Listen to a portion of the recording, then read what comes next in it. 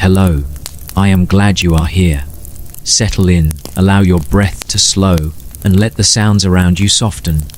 This will be a calm and gentle telling, a drifting path through history, where the stones of an ancient wall rise slowly in the imagination. When you are ready, we will begin our quiet journey into the long past, into mountains and deserts and winding borders, where the Great Wall of China slowly came into being. In the hush of early memory, long before the wall existed, the land was shaped only by nature. Wind curled across the northern plains. Grasses bent in long waves, rising and falling like a sea without water. To the south, mountains lifted their stony shoulders toward the sky. Valleys dipped between them, narrow and shaded, carrying the whispers of streams that traced their course down to the flatlands. The people living in these places were scattered among small villages built of packed earth and timber, each tied closely to the rhythms of the land. Seasons guided everything: planting, harvest, travel, trade, and the soft but steady pulse of everyday life. The earliest rulers of these lands faced a challenge that was as old as settled life itself. To the north lived tribes whose lives followed the movement of herds. These nomadic riders crossed the grasslands with a freedom that came from open horizons and long traditions. At times, they traded peacefully with the farmers to the south. At other times, they raided, riding swiftly on horseback, moving faster than any farmer or soldier on foot. There was no single wall then, only small earth fortifications and simple wooden barriers built by local kings or chiefs. These early defenses were not yet the Great Wall, but they were the faint beginnings of a long idea, an idea that would require centuries to take shape. During the Warring States period, when the lands were divided into rival kingdoms, each region built its own lines of defense. These early walls were made mostly from tamped earth, layered again and again between wooden frames, forming long earthen ridges that followed the natural contours of the land. Imagine the workers of that time, their feet sinking into loose soil, their hands gripping wooden tools polished smooth from use. They worked under the rising sun, under clouds heavy with impending rain, under winter winds that cut across the fields. Every blow of a mallet pressed the earth a little tighter. Every basket carried another load of soil to the growing embankment. Day by day, the ridges climbed higher, yet even these walls, formed from the determination of their makers, did not stretch endlessly. Each kingdom built only for itself. The walls protected borders that shifted as battles were won and lost. When one region conquered another, the walls built by the defeated kingdom sometimes fell into ruin or were absorbed into the borders of the victor. The idea of a single continuous wall had not yet taken hold. Instead, the landscape was stitched with scattered segments, lonely lines of earth and stone standing in silence after armies had passed. Then came the unification under the Qin dynasty, when the ruler who would become known as the first emperor sought to bind the land into one. Under his command, the idea of a joined defense rose into new life. The previously separate walls of the northern kingdoms were connected, extended, and strengthened. This undertaking was vast beyond anything known before. It required countless laborers, soldiers, and prisoners who were sent to the wild northern frontier. They traveled through rugged mountains, across deep gullies, and into deserts where the sun scorched the ground until it split. Their camps rose and fell like waves as they moved along the planned routes of the wall, erecting sections that grew steadily across the horizon. Workers carried baskets filled with earth, sand, and whatever local materials they could gather. In rocky regions they built with stone, shaping blocks with iron tools that rang sharply against the mountain cliffs. In sandy areas they pressed layers of earth mixed with gravel and reeds, creating thick, compacted walls capable of withstanding wind and time. The sound of construction filled the air, the steady thump of tools, the murmur of instruction, the shuffle of wary steps moving up and down narrow paths. Smoke from cooking fires drifted upward in thin grey ribbons. At night, The camps grew quiet except for distant calls of animals and the low moan of the northern wind. These early Qin walls were not yet the familiar stone ramparts seen in later centuries. They were rugged, practical, built with the singular purpose of slowing or stopping raids. Beacon towers rose at intervals along the ridges. These towers held watchfires, ready to send signals across long distances. When danger appeared, flames would leap into the sky, one tower after another, carrying warnings faster than any rider. The wall was not only a physical barrier, but also a system of communication, connecting remote outposts in a chain of vigilance. After the fall of the Qin, many parts of the wall were left unattended. Storms eroded earthen surfaces. Plants took root in abandoned watchtowers. Stones shifted under the push of frost. Yet the idea of the wall survived, carried forward by the Han dynasty, which expanded its reach deep into the western regions. In the deserts of the Gansu corridor, Han builders constructed long stretches using bundles of reeds layered with gravel and earth. These layers, pressed tightly together, created surprisingly durable walls that still stand in fragments today, surviving centuries of wind that sweeps the desert in great curling waves. Trade routes passed through these territories. Merchants journeyed along the early Silk Road, moving between China and distant lands. The wall and its watchtowers served not only as defenses but also as markers of presence and control. Soldiers stationed in remote fortresses kept watch over travelers, protected caravans, and ensured that the routes remained open. Life on these frontiers was isolated. Winters were long and bitter. Summers brought sandstorms that blotted out the sky. Yet the garrisons maintained their routines, recording the movement of people, tending small fields near Ozes, and repairing the wall where it suffered from weather or time. As centuries passed, dynasties rose and fell. The wall changed with them. Some rulers expanded it, others neglected it. At times it faded almost entirely from official concern, standing only as a witness to shifting borders. But the landscape remembered the idea of the wall, and the people living near it never forgot the purpose it once served.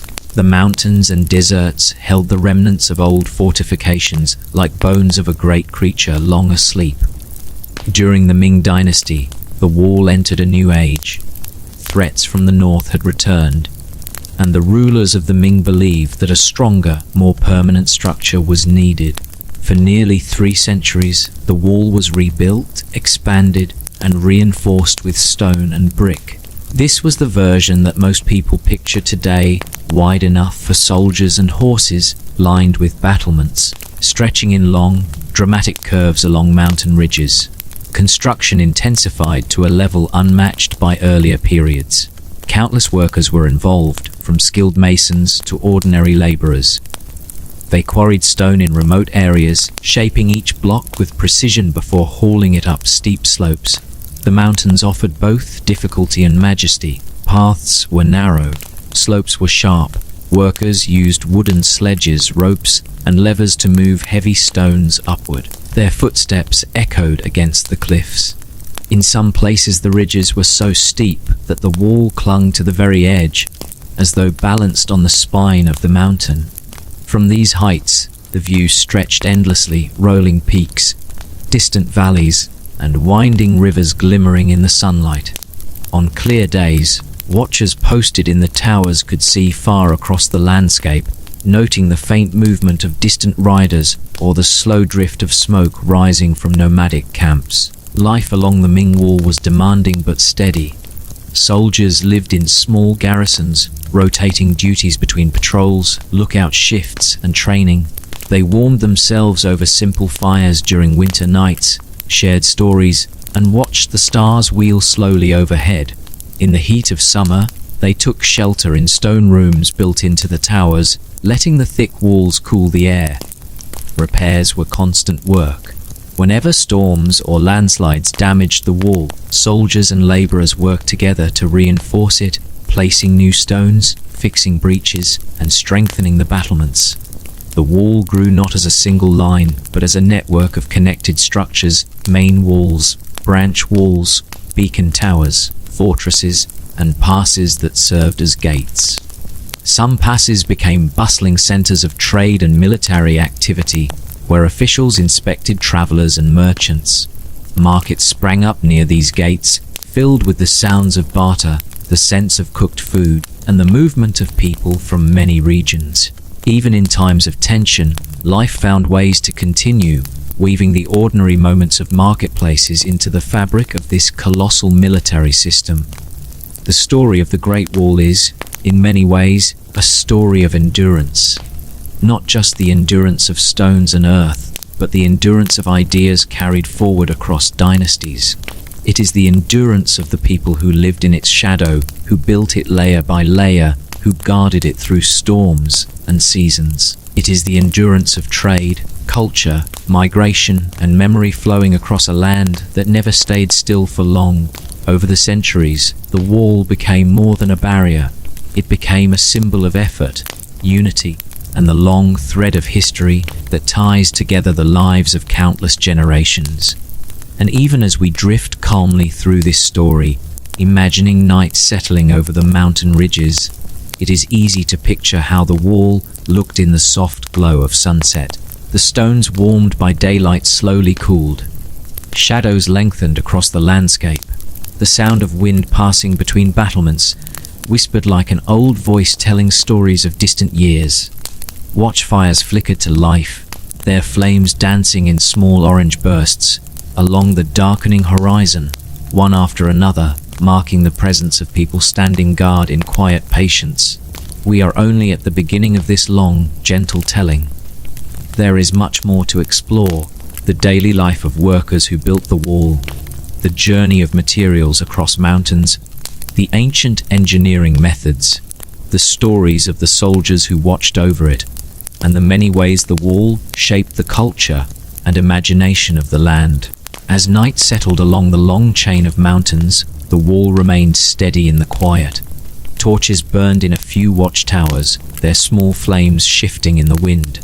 Far below, valleys rested in darkness, broken only by the faint glimmer of water, reflecting the last traces of daylight. This stillness carried with it the sense that the wall had witnessed more nights than any person could count. Yet every night was new to the people who guarded it, to the workers who rested in temporary shelters near the construction sites, and to the travelers who moved through the passes under watchful eyes. These scenes help us understand not only what the wall was, but why it was made. Over time, the purpose of this immense structure became clearer. It served as a line of defense, a signal system, a boundary marker, and a way for the rulers of different dynasties to maintain order along the frontier. But to reach that point, countless decisions had been made slowly, shaped by necessity and circumstance. The wall was not created in a single moment, nor from a single idea. Instead, it grew from many small beginnings, each one responding to conditions of the time. As we move more deeply into this long history, it becomes easier to picture the early years of the Ming rebuilding efforts. At first, the wall existed only in segments, many of which were worn down from centuries of erosion. Workers had to survey the land carefully, walking along mountain ridges to find the routes that would support a stronger structure. They marked the path with simple markers, then began clearing stones, leveling ground, and preparing the base layers. In some regions, they dug into steep slopes to create space for foundations. In others, they built the wall directly along the highest ridgelines, allowing the mountains themselves to serve as a natural defense. The theme of construction becomes clearer when we imagine the steady, methodical work that unfolded day after day. Workers shaped stones by hand, using iron hammers that struck with a steady rhythm. Others mixed lime with sand to create mortar. Still others prepared bricks, forming them from clay and firing them in large kilns built near the work sites. The process moved slowly and steadily, and every worker contributed to a part of the whole. Even though the wall stretches across thousands of kilometers, it was made from countless small actions like these. In the distance, soldiers watched over the construction crews. Their duty was not only to protect the workers from danger, but also to maintain order. Supplies had to be delivered to remote sites, and this required careful planning. Food, water, tools, and raw materials were transported along narrow paths carved out of the mountains. Mule caravans made regular trips, their hooves tapping lightly against the rock. The steady movement of supplies kept the building process in motion, allowing the wall to rise gradually across the rugged landscape. The workers lived in simple camps near the building sites. These camps were temporary, but they were organized to support long stretches of labor. Workers slept in small shelters made from wood, reeds, or stones gathered from nearby hills. Fires burned each evening as meals were cooked in large pots. The food was basic but nourishing enough for the demands of daily labor. In the early mornings before sunrise, workers rose quietly, preparing tools and gathering in groups before walking to their assigned sections of the wall. Their routines were shaped by practicality, by the need to use daylight efficiently, and by the knowledge that the construction would continue through many seasons.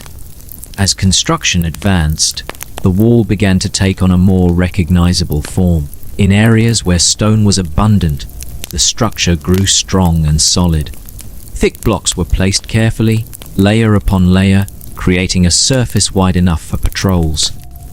Battlements were added along the outer edge, giving soldiers protection as they moved. Watchtowers rose at regular intervals, often built on higher points so that they could observe distant activity. From these towers, the line of the wall could be seen stretching across mountains and valleys, a visible reminder of the steady work unfolding over time. In quieter moments, when no threat loomed, soldiers spent their time maintaining their equipment, tending small fires, and keeping records of daily activities. Their written notes provide glimpses into life along the frontier. These notes mention the weather, supplies, patrol routes, and the condition of the wall itself. Some notes describe times when repairs were needed after heavy rain. Others mention the arrival of new workers or the movement of travelers through a gate. This steady record of activity shows that the wall was not only a construction project, but also a living workplace where many people spent their lives. As the years passed, the purpose of the wall became increasingly organized. The Ming rulers hoped to create a stable frontier, one that would discourage raids and provide a clear boundary. To support this goal, they established a series of military commands along the wall. Each command oversaw a section of the structure, ensuring that soldiers were stationed where needed and that supplies flowed steadily.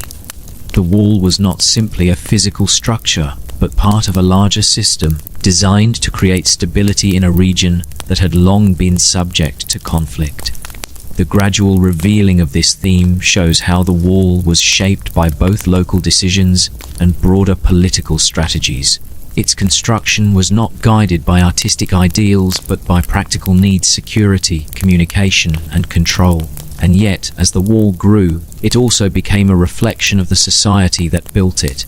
It required organization, cooperation, long-term planning, and the ability to coordinate over vast distances.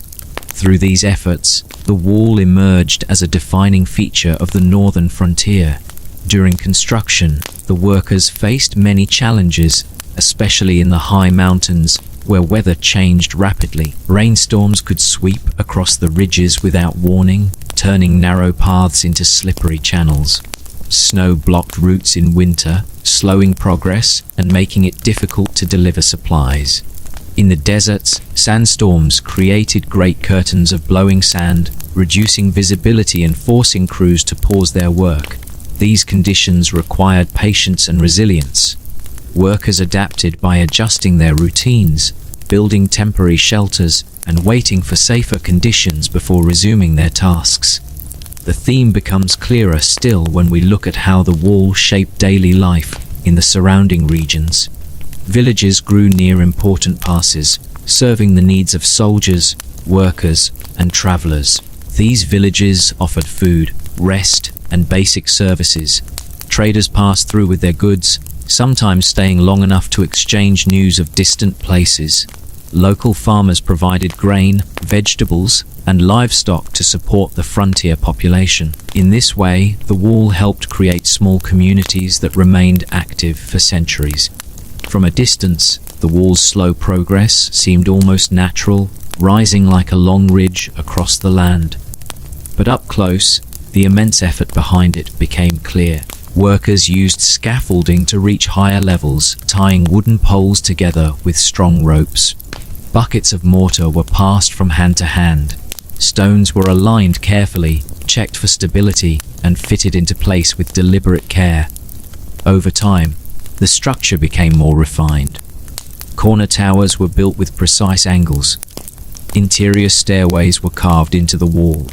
Drainage systems were added to prevent water from damaging the foundations. Despite these efforts, the wall required constant attention.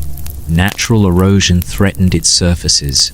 Small landslides sometimes pushed sections out of alignment. Soldiers and workers repaired damaged areas using whatever materials were available. These repairs became a routine part of life along the frontier, a testament to how the wall functioned not as a finished monument, but as an ongoing project. As we continue through this narrative, the theme becomes clearer piece by piece. The Great Wall was made through long years of coordinated effort, shaped by the needs of different times, and built by people who left few records, but whose labor endures in stone and earth. It was not built in a dramatic moment, or by sudden inspiration. Instead, it emerged slowly, formed by steady work that continued day after day, year after year, across mountains, planed deserts. This gradual unfolding helps us appreciate the real nature of the wall.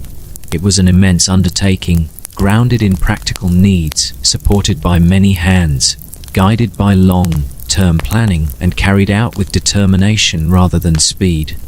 As the narration continues, we will explore the techniques used in construction, the lives of the people who built and guarded the wall, and the ways in which this long structure influenced history far beyond its original purpose. As we move deeper into this long account, it becomes even more apparent how the wall functioned as a continuous project rather than a single achievement. Each generation inherited parts of it, cared for segments of it, and extended it according to the concerns of their time. This steady, layered development helps explain why the wall appears differently in different regions. Some parts are built from large stone blocks. Others rely on packed earth. Still others combine brick, stone, timber, and rammed layers of soil. The wall reflects the materials available in each region and the building techniques that local workers understood best. As the Ming dynasty continued its rebuilding efforts, construction methods grew more refined. In mountain areas, stone remained the primary material. Workers learned to cut large blocks with smooth, flat surfaces so they would fit tightly together. Stones were shaped at quarries lower in the valleys, then transported upward on wooden sledges.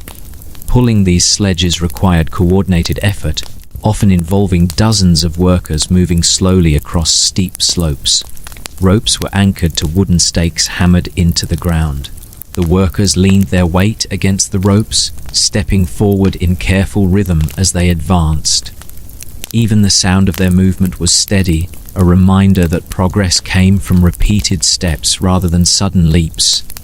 In flatter regions, bricks became increasingly common.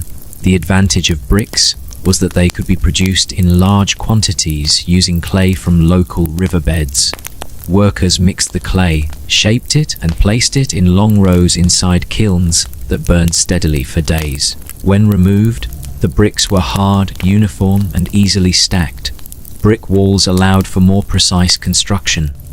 Corners could be built with greater accuracy.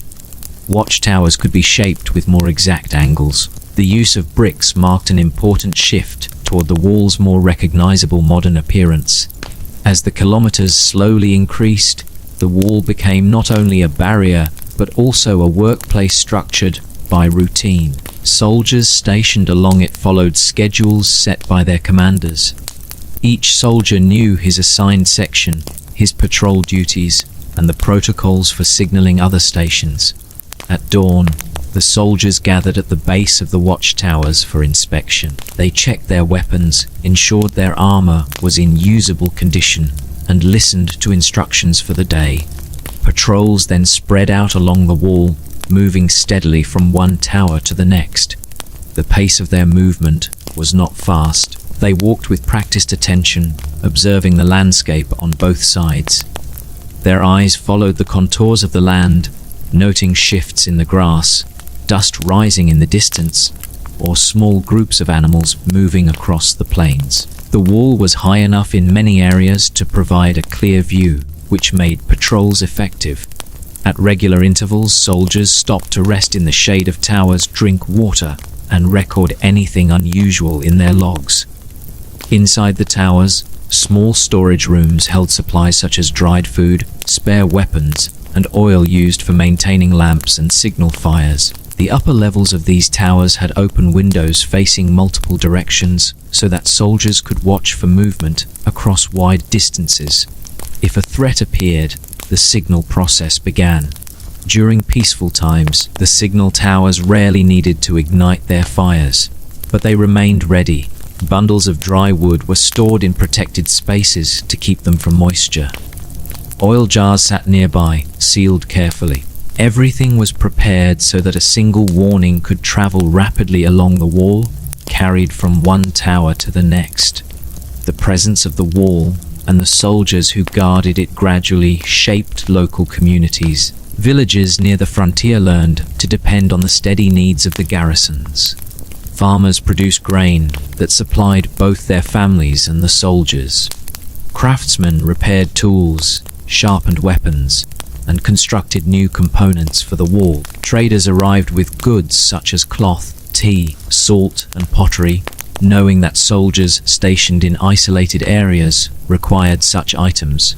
The economy of the frontier grew around the steady existence of the wall and the routines of those who served along it. This gradual development shows how the wall functioned not only as a structure, but also as a stabilizing influence on the region. Where earlier generations had seen only open land and shifting borders, the presence of the wall brought a sense of defined boundaries. This did not eliminate conflict or uncertainty, but it changed how communities understood their place on the frontier.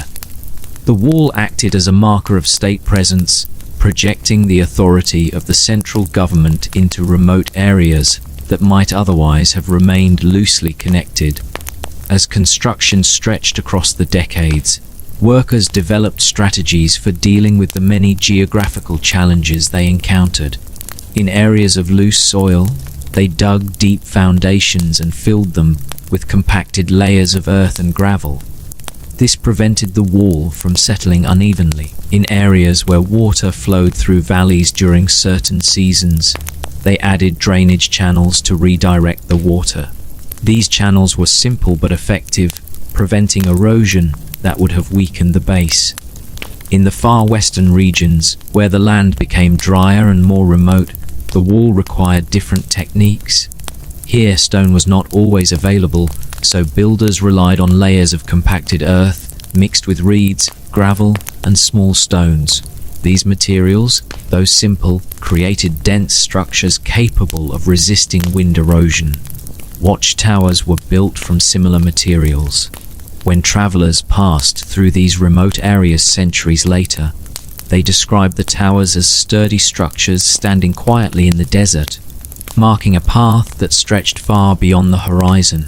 As we explore this long narrative, the overall theme continues to take shape. The Great Wall was not the product of sudden inspiration, but a long-term response to practical challenges faced by successive dynasties. Its creation depended on careful observation of the land, patient labor carried out over many years, and organized coordination across wide distances. It was, at its core, a strategic project designed to address the complex realities of life on the frontier. The social structure surrounding the wall also reveals important aspects of its history. Many of the workers were ordinary laborers recruited from nearby villages. Others were prisoners or individuals who owed service to the state. Some were soldiers assigned to construction duty during peaceful periods. Despite their differing backgrounds, they worked side by side, contributing to a shared project that affected the entire region. Their days were long, shaped by the need to use daylight efficiently. They carried heavy loads, shaped materials, and endured harsh weather. Yet through these efforts, they left behind a structure that would endure for centuries. For many workers, the wall represented a form of obligation rather than pride. They labored because they were required to do so, because the governing authorities expected it, or because their communities depended on such work to maintain stable conditions. Their contributions highlight the human element behind this vast structure. It is easy to view the wall as a symbol or a monument, but its existence depended on thousands of people performing ordinary tasks repeatedly until the work was complete. Soldiers also experienced the wall as part of their everyday lives. Many spent years stationed along its length, rotating between watchtowers and garrisons. Their lives were shaped by routines, discipline, and the need to remain alert. During peaceful periods, their tasks might seem repetitive, but this steady vigilance was essential to the wall's purpose. The presence of soldiers discouraged sudden raids and helped maintain stability in nearby communities. As we examine these daily routines, the theme of practical necessity becomes increasingly clear. The wall was not designed to be decorative or symbolic at the time of its construction. Its primary purpose was functional: to manage the movement of people, protect agricultural lands, regulate trade routes, and project authority into border regions. Over centuries, this practical purpose guided every decision made regarding its construction, extension, and maintenance. This long, calm account continues with an understanding that the wall was shaped not only by the workers and soldiers who touched the stones, but also by the land itself. Mountains dictated the path. Rivers carved obstacles that required careful planning. The climate affected how materials were chosen and applied. Even the availability of local resources influenced how each section developed. As a result, the wall is not uniform. It is instead a reflection of the varied landscapes it crosses, adapting to each region with practical solutions suited to the environment. In examining these many layers, we gain a clearer sense of how the wall emerged slowly across time. Its creation was not an event but a process. It grew piece by piece through steady, organized effort. This clarity of purpose is part of what makes the wall so notable. It demonstrates how a large-scale project can develop through long-term planning and coordinated work across generations. There is still much more to explore in this story. The specific building techniques used in different regions, the administration of frontier life, the interactions between soldiers and local communities, the role of the wall in trade and communication, and the way it reflected the shifting priorities of different dynasties. As the centuries progressed, the wall's presence along the northern frontier shaped the rhythm of life in ways both subtle and steady.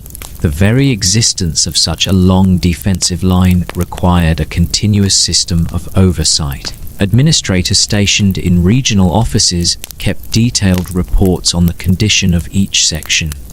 These officials communicated regularly with the central government, describing the progress of repairs, the number of soldiers assigned to each tower, and the supplies needed to maintain long stretches of the frontier.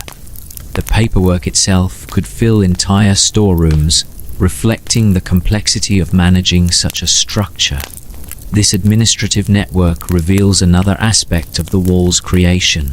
It depended not only on physical labor, but also on an organized system of governance capable of sustaining long-term projects. Without this system, the wall would have fallen quickly into disrepair, but with it, significant portions remained functional for many generations. The coordinated efforts of clerks, officers, construction supervisors, and local officials allowed the wall to serve its many roles effectively.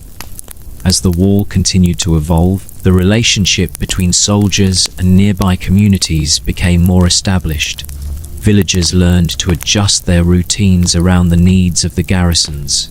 When large construction teams arrived, villages provided food and materials. When patrols passed through the countryside, villagers recognized the familiar faces of soldiers they saw daily.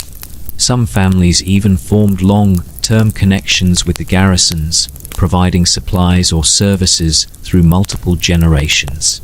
These relationships, though simple, helped maintain stability.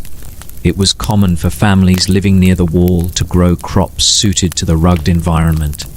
Millet, sorghum, and hardy vegetables grew in small terraced fields carved from hillsides. The soil in many northern regions was thin and rocky, but careful cultivation allowed communities to thrive.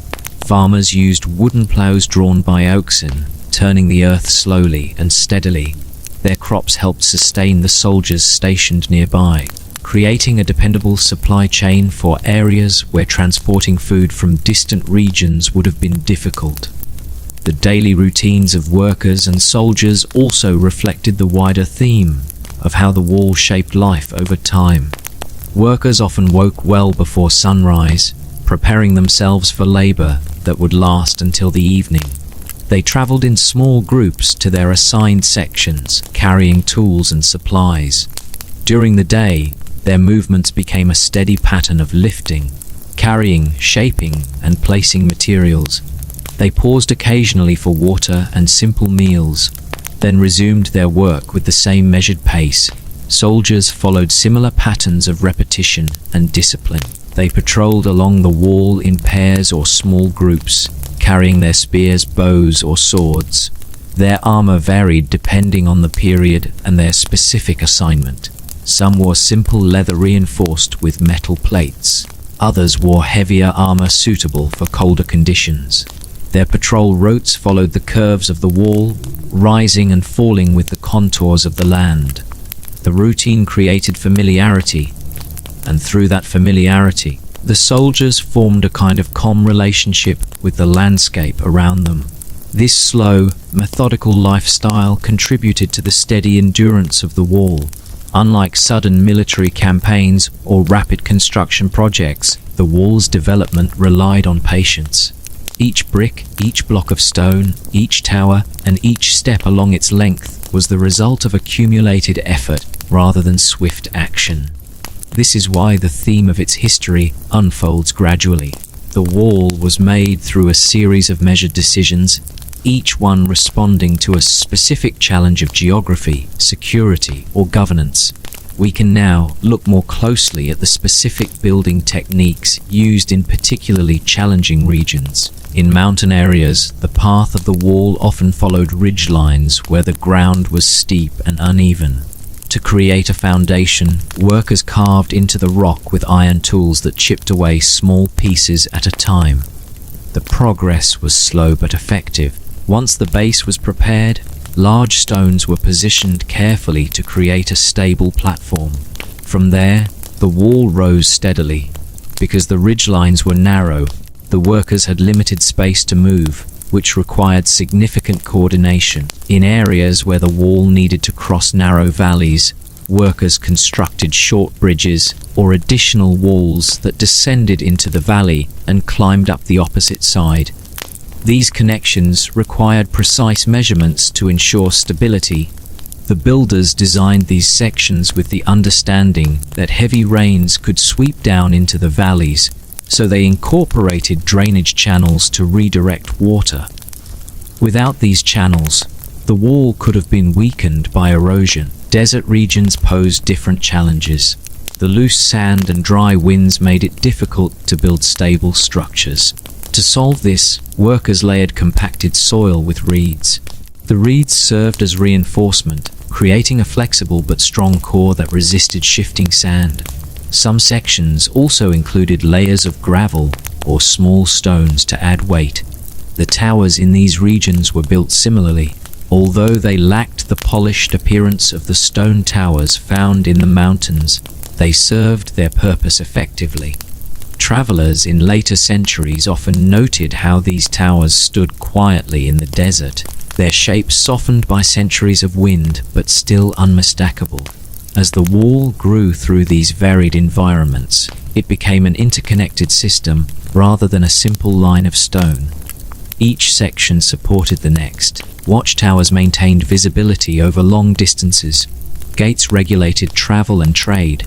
Garrison towns housed soldiers and administrators. Supply stations ensured the movement of food, tools, and equipment. Roads ran parallel to many sections, allowing patrols and supply teams to move efficiently. All of these elements contributed to the wall's functionality. This structured design also explains how the wall influenced trade along the frontier. Merchants traveling along the northern routes often passed through regulated gates, where officials inspected their goods. These inspections served multiple purposes. They helped prevent smuggling, ensured accurate taxation, and allowed the government to monitor the movement of people across the frontier. The gates became hubs of activity, often surrounded by small markets where goods from nearby villages mixed with items brought from distant regions. In some areas, military officers stationed at the gates developed routines that reflected the steady, organized nature of life along the wall.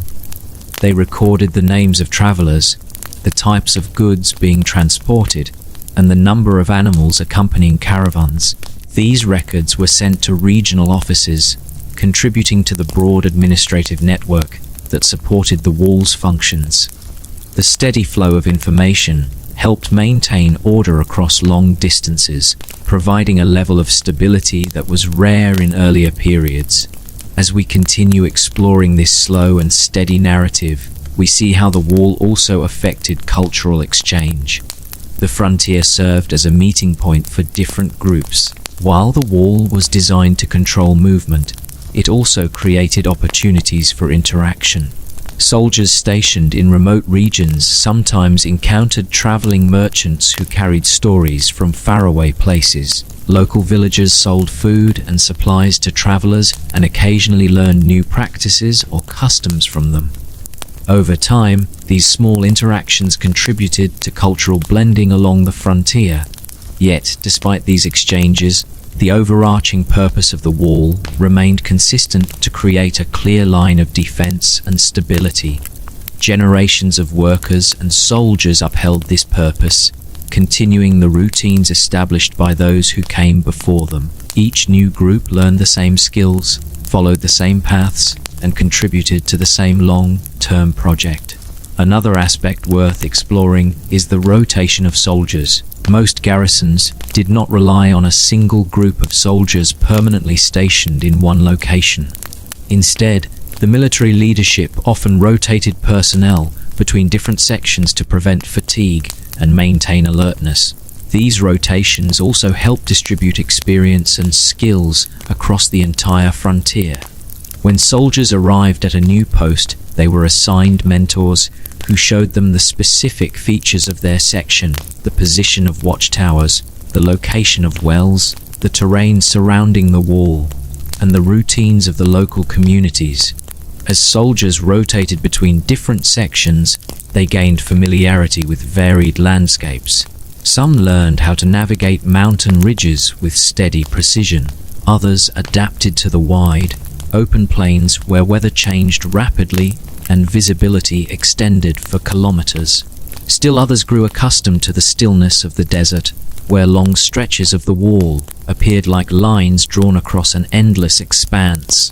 These experiences helped shape the soldiers' understanding of the wall not as a single barrier, but as a long, interconnected system defined by its environment. In addition to regular patrols, soldiers were also responsible for repairing damage caused by weather. Heavy rains sometimes weakened the mortar between bricks or loosened stones. In winter, freeze-thaw cycles created cracks that required attention. Soldiers carried out these repairs under the supervision of officers who understood the construction methods used in their region. The work was not fast, but it ensured that the wall remained solid. Many historical records describe soldiers working in teams during repair efforts. One group would gather materials, another would prepare mortar, another would reinforce damaged sections, and yet another would inspect the completed work. These tasks, though simple, showed the steady coordination required to maintain such a structure. Without this attention, the wall would have deteriorated quickly. As the years passed, the wall's influence extended beyond the frontier. It became a symbol of the state's commitment to stability. Although the people who built it may not have viewed it in symbolic terms, later generations often interpreted the wall as a reflection of collective effort. Scholars recorded its dimensions, described its construction methods, and wrote about its significance. Travelers from distant regions sometimes visited parts of the wall, describing their impressions in journals or letters that still exist today. These written accounts often emphasized the wall's length, its varied construction, and the rugged landscapes it crossed. Travelers noted the calm persistence required to build such a structure and the steady routines of the soldiers who guarded it. Even centuries after certain sections were built, the wall continued to shape how people understood the northern frontier. As we continue this long, uninterrupted narrative, it becomes clearer that the wall's importance lay not only in its grandeur, but also in its daily functions. It served as a workplace, a living environment, a network of communication, and a structure requiring constant attention. It was shaped by ordinary people performing ordinary tasks in a consistent manner, and through their steady work, the wall became something extraordinary. As time unfolded across the northern regions, each generation that lived near the wall grew accustomed to its presence.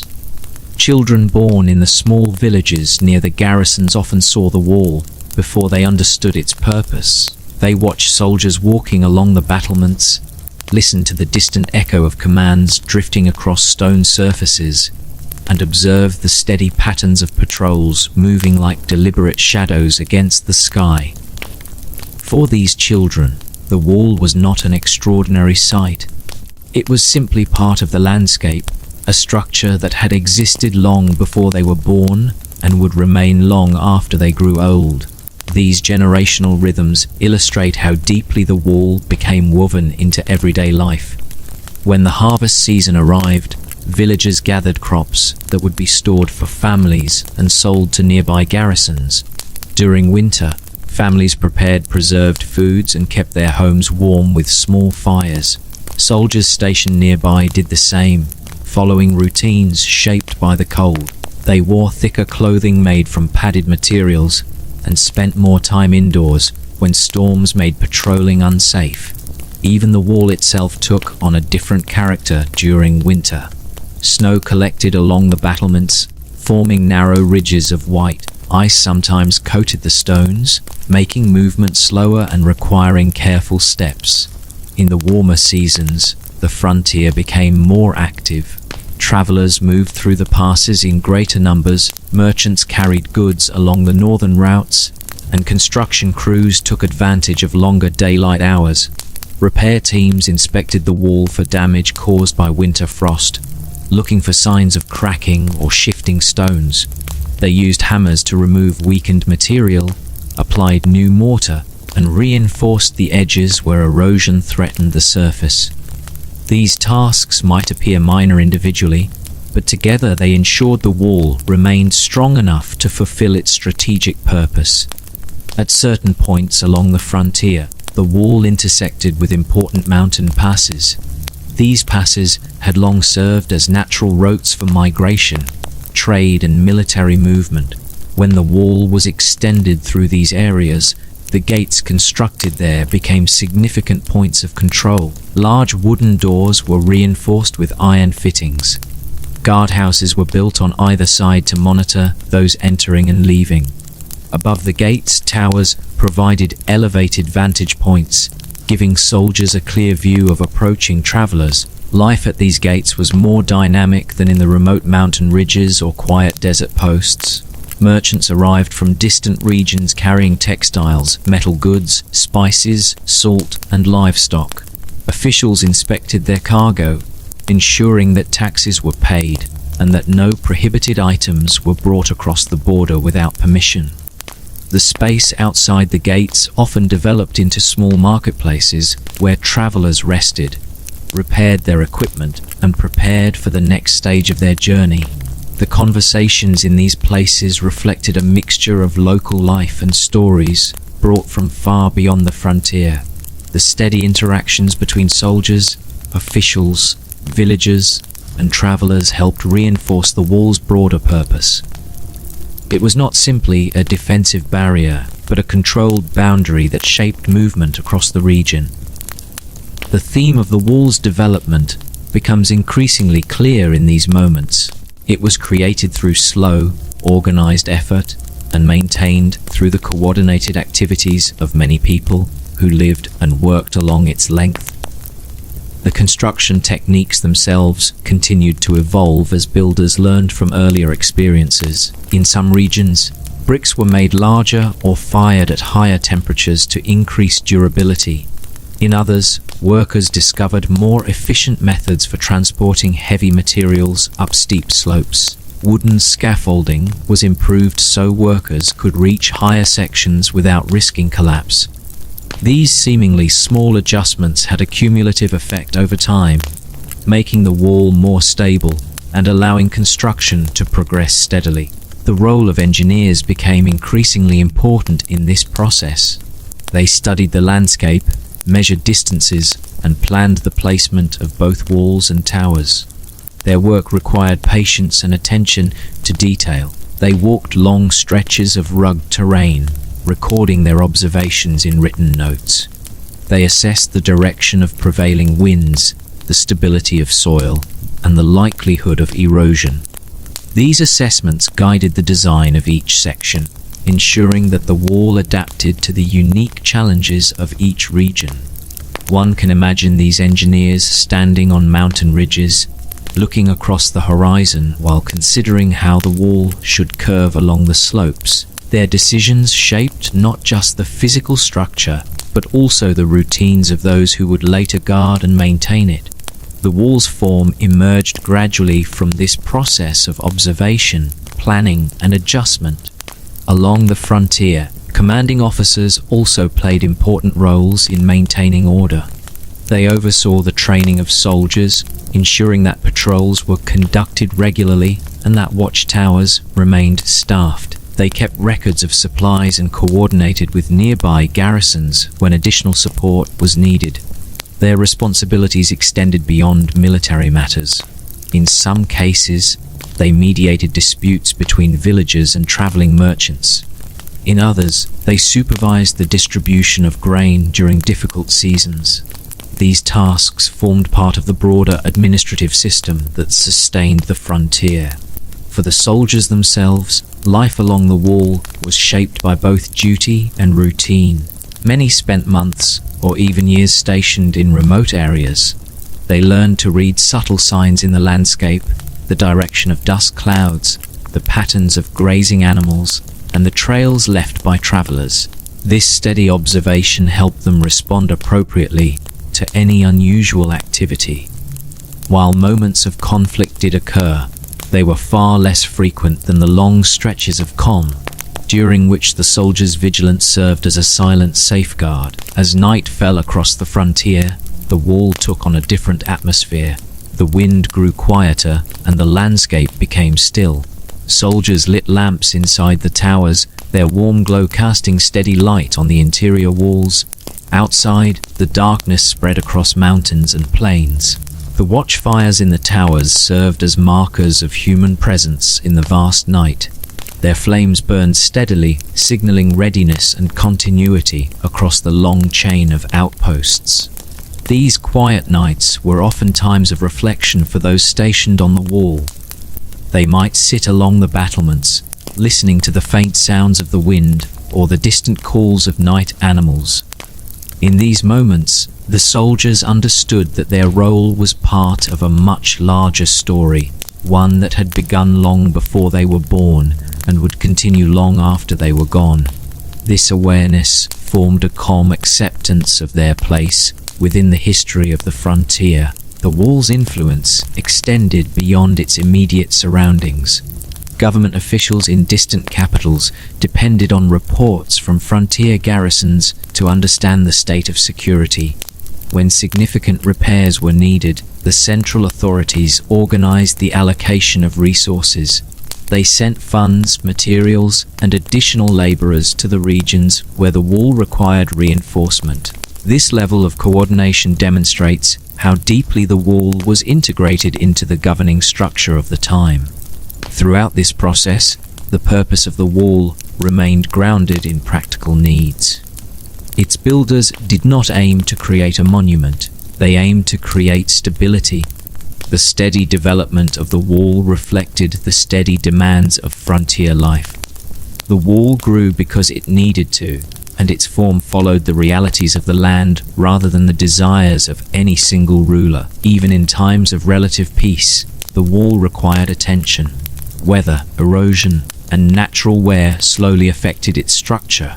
Without regular repairs, these small changes could accumulate into larger problems. Workers addressed these issues with the same methodical approach used during construction. They reinforced mortar, replaced damaged stones, rebuilt sections weakened by storms, and ensured that watchtowers remained functional. Their work demonstrated a long-term commitment rather than a short-term effort. As the centuries continued, the wall became a familiar feature of the northern landscape. Historians recorded its significance in documents describing its length, its structures, and the regions it crossed. Poets mentioned it occasionally, noting its presence without embellishment. Travelers who visited the frontier sometimes wrote about the quiet routines of soldiers, the vast views from the battlements, and the steady winds that moved across the plains. These accounts reinforce the theme of the wall's role in history. Rather than being defined by dramatic moments, it was shaped by long-term patterns. It evolved through the accumulated work of countless individuals. Its meaning emerged slowly through the continuous interaction between people and landscape. The narrative continues to unfold this way, because the wall itself developed in this gradual manner. Each generation added something: a new section, a repair, a watchtower, a road, or a record describing how a particular stretch was maintained. This layering of contributions gives the wall its enduring character. As we move forward in this long telling, there remains much more to describe: the administrative systems that tracked supplies along the frontier, the regional variations in construction materials, the training routines followed by soldiers, the seasonal challenges faced by garrisons, the long-term effects of the wall on trade routes, and the way the wall continued to influence local life long after major construction ended. As the centuries advanced, the wall's presence became not only a physical boundary, but a reference point for the lives shaped beneath its shadow. The lands surrounding it developed gradually, with patterns of settlement adjusting to its lines. Small villages clustered near reliable water sources, garrisons maintained their steady rhythms, and roads slowly formed where continuous travel was necessary. These roads, though simple by modern standards, played an important role. They connected frontier posts with administrative centers, allowing messengers, supply wagons, and officials to move predictably along the length of the wall. The people who built and maintained these roads understood that stable travel was essential for the frontier's function. Without reliable routes, supplies could not reach the garrisons, and communication between distant sections would be disrupted. Workers therefore cleared debris after storms, reinforced steep slopes with wooden supports, and flattened areas prone to uneven settling. In regions where the road crossed streams, simple stone bridges were built. These tasks may appear routine, but they formed the unseen foundation that allowed the wall to remain active and effective. As seasons changed, the rhythms of life along the frontier adapted with them. In spring, new crops were planted, and herds grazed on fresh grass that spread across the plains. Construction crews resumed work on the wall after the winter pause. They mixed new batches of mortar, cut additional timbers for scaffolding, and transported fresh supplies from nearby settlements. The sound of hammers and chisels echoed along the slopes once again, blending with the wind and the calls of animals returning to the region after the cold months had passed. Summer brought warmth, longer days, and more travelers. Merchants carrying goods from northern steppes or inland farming regions moved along the roadways. They often stopped near garrisons to rest, share news, or take advantage of small gatherings of villagers selling food and handmade items. The soldiers stationed in the towers observed these movements carefully, though without unnecessary tension. They recognized that much of frontier life depended on these flows of goods and information. The heat of summer also brought challenges. Workers repairing the wall often labored under intense sunlight. They paused at intervals to drink water from clay vessels filled earlier in the day. Soldiers on patrol adjusted their routines, moving more slowly and conserving energy during the hottest hours. The animals kept at garrisons were given extra water and shade where possible. These accommodations reflected an understanding of the environment developed over generations. Autumn carried a different feeling. As the air cooled, communities prepared for the winter ahead. Crops were harvested and stored. Families preserved vegetables and grains in earthenware containers. Roofs were checked for leaks. The wall itself required seasonal inspection. Teams of workers walked along the battlements to evaluate any damage from summer storms. They patched areas where mortar had loosened and ensured that drainage channels were clear. This preparation was vital because winter brought challenges few could ignore. In winter, snowstorms swept across the northern frontier. The wall became quiet, except for the sound of wind moving along its length. The stone surfaces grew cold, sometimes covered by layers of ice. Soldiers in watchtowers wrapped themselves in thick garments, kept small fires burning inside their shelters, and rotated shifts more frequently to avoid prolonged exposure. Movement slowed, but vigilance did not. The calm that winter brought required continued attention, for even in the stillness, the purpose of the wall remained unchanged.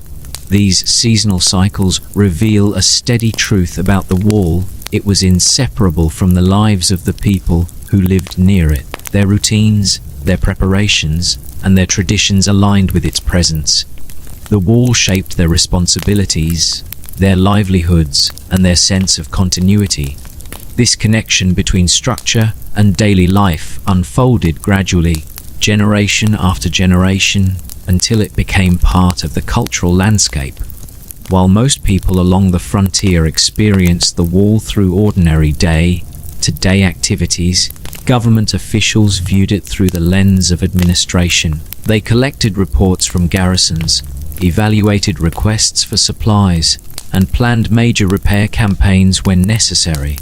These officials kept records detailing the length of the wall in various regions, the number of soldiers stationed at each post, and the quantities of grain stored for winter. Their work demonstrates how the wall remained integrated into broader systems of governance. These systems relied on clear communication. Messengers on horseback traveled long distances to deliver orders and bring updates from remote outposts. They understood the importance of their role and moved with consistency rather than haste. Their journeys connected the frontier with the administrative centers in the interior regions, ensuring that information flowed reliably. Without this network, the frontier could easily have become isolated, and the wall's purpose diminished. The gradual nature of the wall's expansion becomes even clearer when examining the construction strategies used in different periods. In some eras, commanders focused on strengthening existing segments rather than extending the wall's length. In others, new sections were added to protect important roads or vulnerable passes. These decisions reflected shifting priorities influenced by changing political circumstances, environmental conditions, and patterns of movement across the region. This adaptability is one of the defining features of the wall's history. It evolved in response to the land and its people. The builders selected materials available in each region without trying to force a uniform design across diverse landscapes. Where clay was abundant, they pressed it into bricks. Where stone was plentiful, they constructed solid layers of carefully fitted blocks. In sandy regions, they used compacted earth, gravel, and reed layers to form durable cores. This flexible approach allowed construction to progress steadily despite the challenges posed by varied terrain. The engineers who guided this work relied on careful observation rather than elaborate tools. They measured distances by walking, used simple sighting methods to align sections, and gauged soil stability through direct testing. Their expertise came from experience passed down through generations. They did not seek rapid construction. They sought reliable construction, knowing that the wall needed to endure for decades, not merely years. As we move farther along the narrative, the atmosphere surrounding the wall becomes increasingly shaped by a sense of long duration. The structure endured countless cycles of weather, migration, trade, and administration. Travelers who passed through its gates sometimes wrote about its scale, noting how far it stretched across mountains and plains. They described the watchtowers visible along distant ridgelines, each one anchored firmly into the land. These descriptions were often simple and factual, reflecting the calm presence of the wall rather than grand embellishment. Even though the wall is frequently imagined today as a single, continuous line, those who lived near it understood its complexity. They knew that it consisted of many interconnected parts, each influenced by its local environment. They recognized the differences between the wall built in the mountains and the wall built in the deserts. They understood that the garrisons varied in size and structure, depending on the geography. This awareness helps us appreciate the wall as a living system rather than a static monument. The soldiers stationed along the frontier developed a deep familiarity with these variations. Those assigned to mountain garrisons learned to navigate steep paths and cope with sudden changes in weather. Those in desert regions adapted to the shifting sands, limited water sources, and extreme temperatures. Each environment required a distinct set of skills, and each shaped the routines of those who lived within it. Despite these differences, the soldiers shared a sense of responsibility to maintain watch over the frontier. Their duties included observing distant movements, maintaining communication with neighboring towers, and responding to any unusual activity. They carried simple signaling equipment such as flags for daytime use and torches for nighttime communication. Occasionally, they used smoke signals to convey messages across great distances, allowing information to travel quickly along the line of watchtowers. These quiet exchanges of signals formed an important part of the wall's functioning. They allowed garrisons to coordinate without leaving their posts, maintaining a steady awareness of the surrounding region. When a need arose, assistance could be dispatched promptly. Most of the time, however, the signals simply confirmed that all was calm, reinforcing the sense of stability that the wall provided. The passage of time added layers of history to the frontier. Each generation left behind traces of their presence, footprints on stone steps worn by repeated use, repaired sections of wall that retained subtle differences in color or texture, and inscriptions carved into stones by workers marking their participation. These small signs reveal the human effort behind the wall's existence. They remind us that the wall was not shaped by abstract forces, but by individuals who carried stones, mixed mortar, patrolled long stretches, and lived their lives alongside the structure. As the story unfolds further, this theme becomes clearer. The wall was not created to be admired. It was created to serve a purpose. Its builders did not intend it to stand as a symbol. They intended it to function. Over time, however, the accumulation of effort and endurance transformed it into something more than a working structure. It became part of the cultural memory of the regions it crossed, a stable reference point in the shifting patterns of history. Even with its immense size, the wall existed quietly, It did not dominate daily life, but it shaped it gently. People oriented themselves by its presence. They walked along its roads, sought shelter near its towers during storms, and relied on the security it provided in times of uncertainty. Its calm endurance mirrored the rhythms of the land itself. There remains a great deal more to tell as we continue, including the gradual refinement of frontier administration, the movements of people who interacted with the wall for trade or travel, the influence of the wall on regional development, and the continued cycles of repair that allowed it to stand for centuries. As the centuries progressed, the wall became more than a line of defense. It became a structural spine for the northern frontier.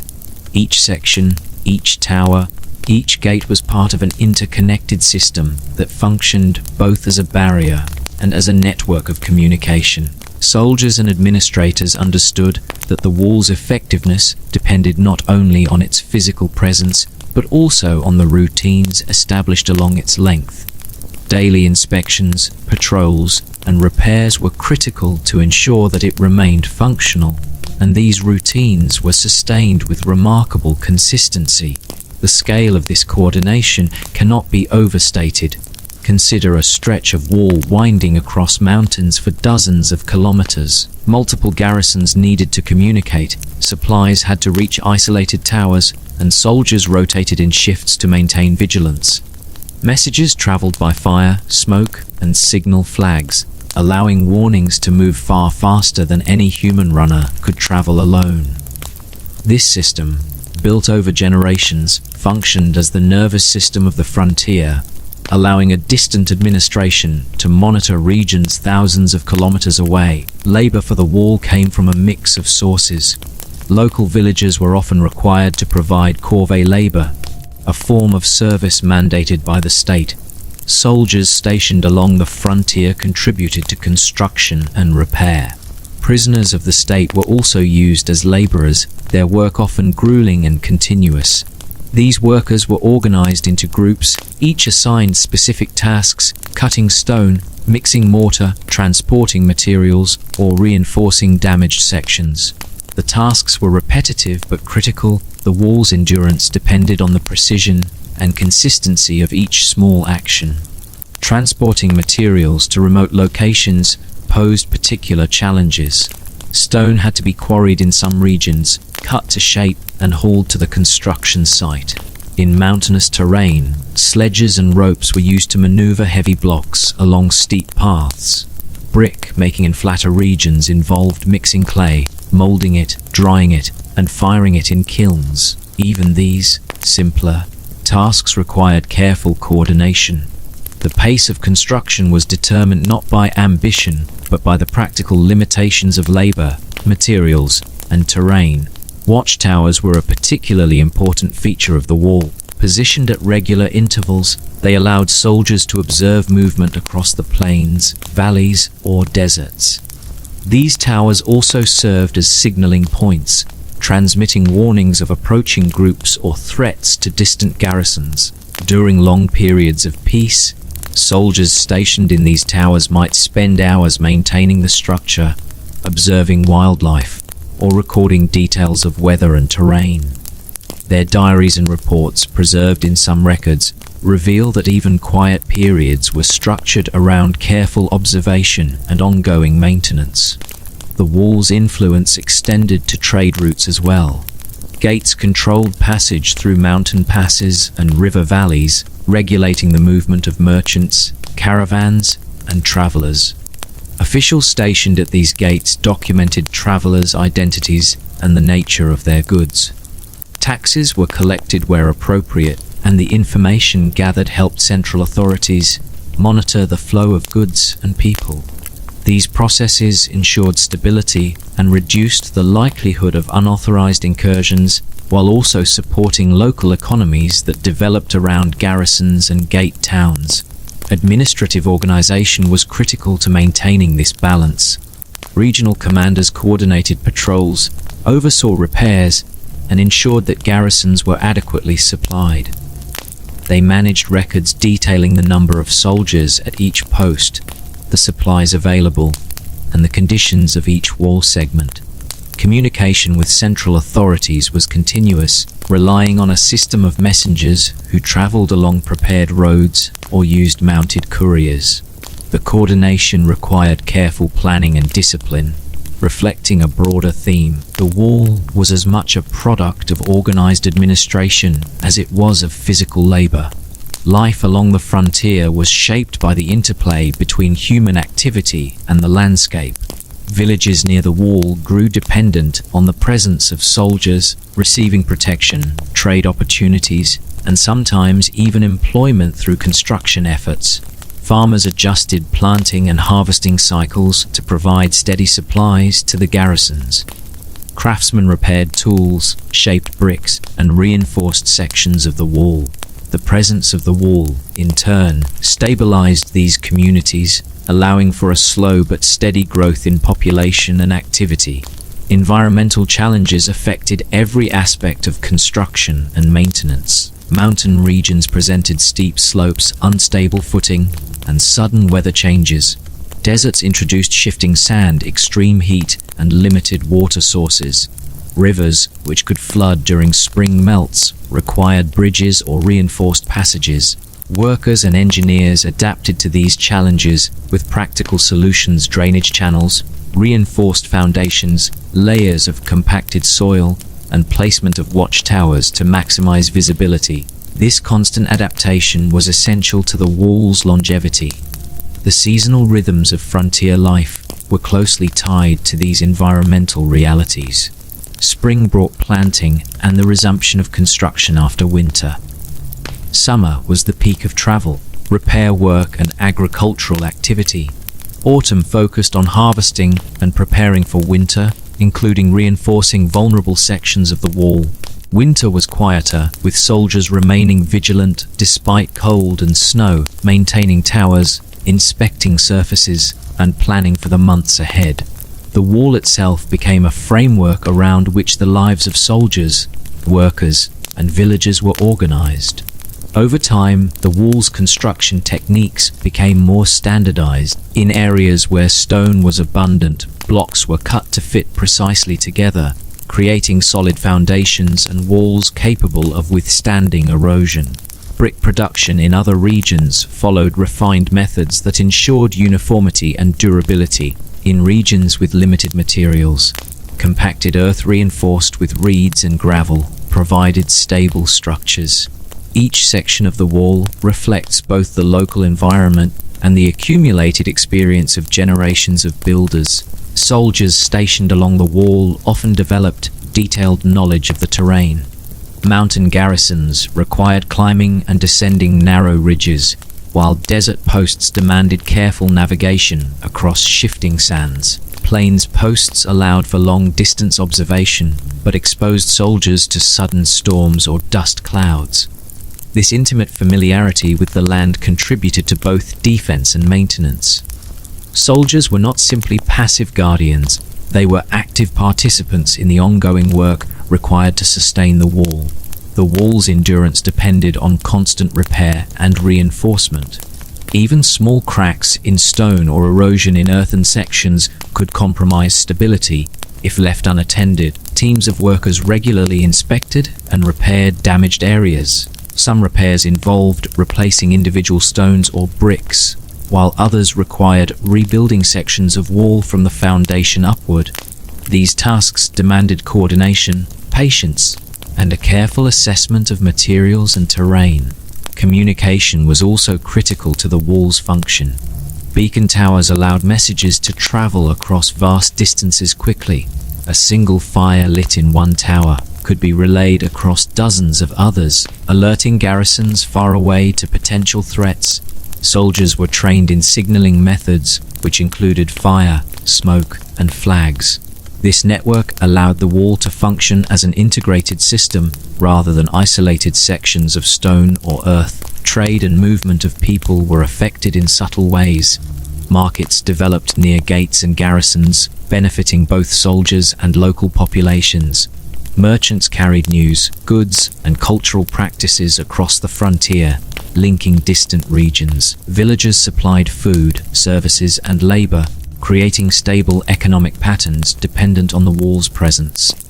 In this sense, the wall influenced not just military activity, but also social and economic structures. The gradual expansion and maintenance of the wall required an ongoing commitment from both rulers and communities. Generations of workers and soldiers participated in its creation and upkeep. Their efforts were steady and methodical rather than spectacular.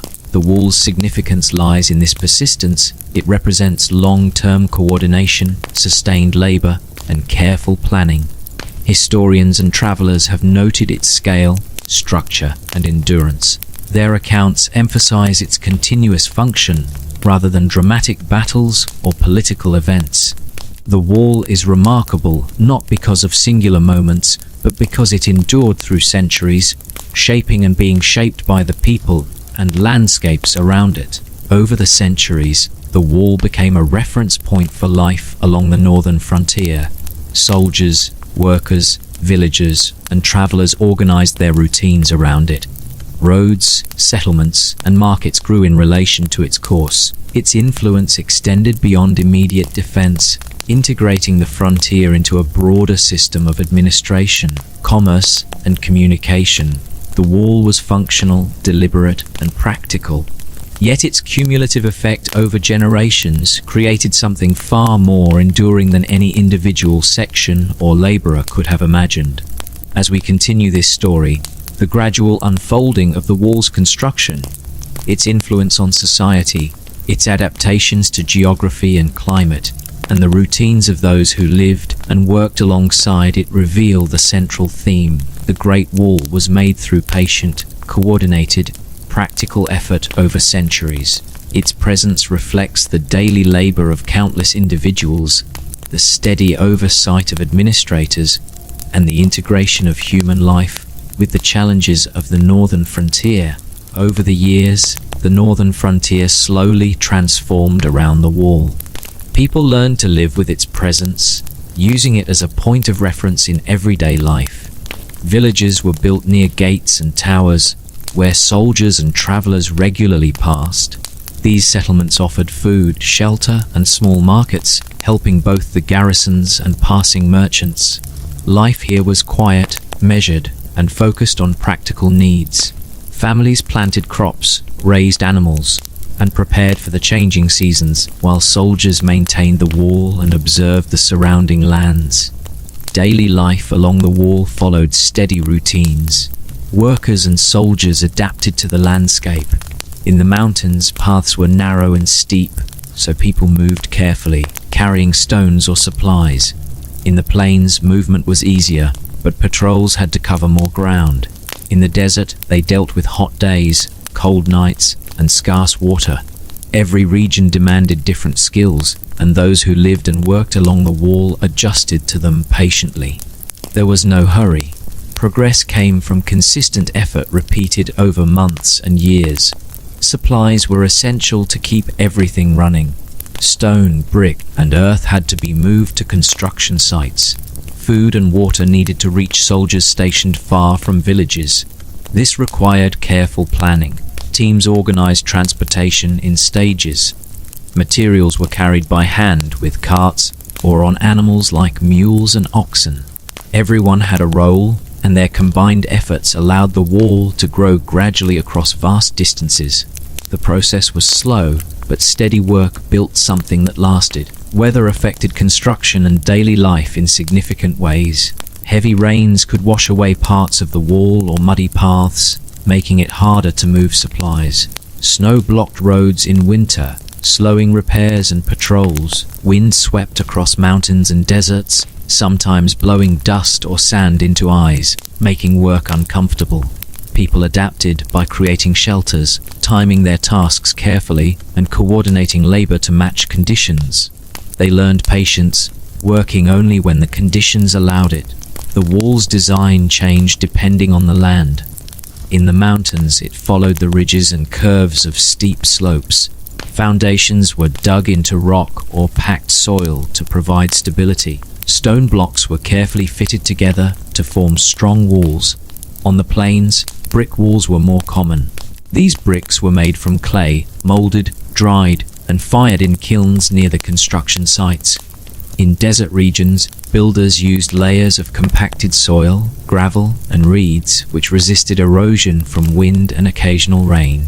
Each approach was practical and used materials available locally. Watchtowers were spaced regularly along the wall to monitor movement and communicate quickly.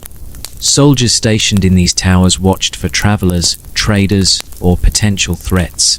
They sent signals to other towers using fire, smoke, or flags, so messages could travel long distances without delay.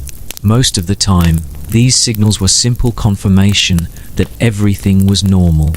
The towers allowed the wall to function as a connected system, not just a line of stone and earth. The wall also shaped trade and travel in subtle ways. Gates controlled movement through passes, allowing merchants to bring goods across the frontier safely. Officials at the gates recorded who passed and what they carried. Taxes were collected and rules were enforced, which created order. Nearby villages benefited, providing food, lodging, and services to travelers. Over time, small economies grew around these points, showing that the wall influenced more than just military matters. Soldiers spent long stretches at their posts. Many rotated between towers and garrisons, gaining experience with different sections. They learned to read the land, noticing dust clouds, animal movement, and tracks in snow or sand. Their awareness allowed them to respond appropriately to unusual activity. In addition to patrols, they repaired damaged sections, reinforced structures, and helped oversee construction. Their work was steady, sometimes repetitive, but essential to maintaining the wall's function. The wall required constant attention to survive. Erosion, weather, and wear threatened its stability. Even minor damage could become serious if not repaired. Workers replaced loose stones, reinforced earthen sections, patched cracks, and cleared drainage channels. Over time, repeated care allowed the wall to remain strong despite centuries of exposure. Its endurance depended on long-term effort more than initial construction. Generations of builders left subtle traces behind. Stones marked with measurements, inscriptions carved by workers, and patches from repairs all tell the story of continuous human involvement. The wall grew over centuries, not from a single plan, but through ongoing work shaped by necessity. The labor of ordinary people, soldiers, and administrators created a structure that could endure for many generations.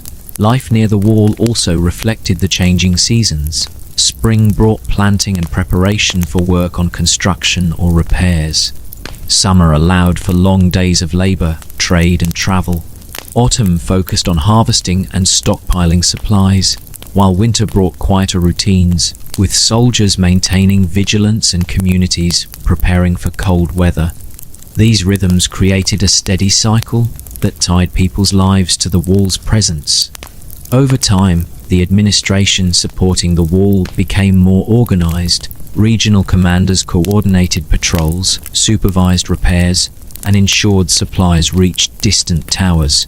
They managed records tracking the number of soldiers, the condition of different sections, and the state of local resources. Communication with central authorities was constant, using messengers, couriers, and signals. This system allowed the wall to function effectively across thousands of kilometers. Trade, travel, and culture all interacted with the wall. Merchants passed through gates bringing goods, ideas, and news from distant regions. Villagers adapted to these movements, supplying food, crafts, and services. Soldiers observed travelers carefully but also facilitated orderly movement. This exchange strengthened connections across the frontier, showing that the wall was not only a defensive structure but also a framework for organized human activity. Even after long periods of peace, maintenance never stopped. Workers inspected the wall for cracks or erosion, repaired foundations, and replaced damaged materials. Soldiers patrolled consistently to ensure security and observe environmental changes. These actions maintained the wall as a reliable system, capable of fulfilling its purpose whenever it was needed. Over time, These steady routines ensured that the structure remained a defining feature of the landscape. The wall's construction was gradual and adaptive. Each section reflected local conditions, available materials, and practical experience passed down through generations. Builders learned which approaches worked best in different regions. Stone and brick were used where available. Compacted earth reinforced with reeds and gravel served in drier areas. Foundations were adjusted to slopes and soil stability. Over centuries, these adjustments created a structure that could endure both time and weather. Soldiers, workers, and administrators all shared responsibility for maintaining the wall. Labor was coordinated carefully, supplies were delivered in stages, and construction adapted to seasonal conditions. The wall's endurance depended on this combined effort, not on extraordinary skill or speed, but on patience, organization, and continuous work. Through these processes, the Great Wall became both a physical and social landmark. Its presence shaped trade routes, settlements, seasonal labor, and regional governance. Villages, garrisons, and travelers all developed routines around the wall. Over centuries, these patterns became integrated into the culture and daily life of the northern frontier. The wall was not just built, it was sustained through the steady work of generations. Even in modern times, observers of the wall note how it follows the curves of mountains, stretches across deserts, and rises from plains with precision. These shapes were not chosen for beauty, but for practicality. Builders adapted to the land, responding to challenges with available materials and practical methods. This slow adaptation over time created a structure capable of enduring harsh environments and centuries of human activity. The stories of the people who worked and lived along the wall are embedded in the structure itself. Footprints, worn steps, and repaired sections reveal their efforts. Soldiers' diaries, officials' records, and travelers' notes tell us about routines, challenges, and the steady pace of frontier life. Through these accounts, it becomes clear that the wall was not built in a single event, but grew slowly through human persistence and organization. The wall's presence influenced generations in subtle ways. Children grew up recognizing its towers, gates, and battlements as part of their surroundings. Villagers aligned their agricultural cycles with the needs of garrisons. Soldiers passed on knowledge of terrain, patrol routes, and repair methods. Over time, the wall became more than a defensive structure. It became part of the rhythm of life along the northern frontier. As time passed, the Great Wall stretched further across the northern frontier, growing slowly in length and complexity. Each section reflected the challenges of the terrain it crossed. Builders in the mountains navigated steep ridges and narrow paths, moving stones carefully and securing them with strong foundations.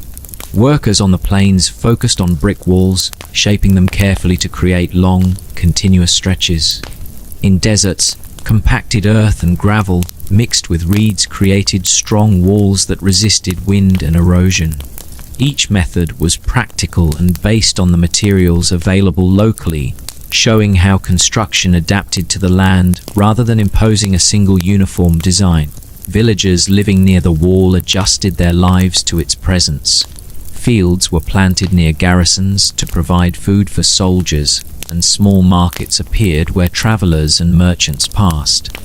Families learned to anticipate seasonal work, aligning their planting and harvesting schedules with the needs of construction teams or military supply.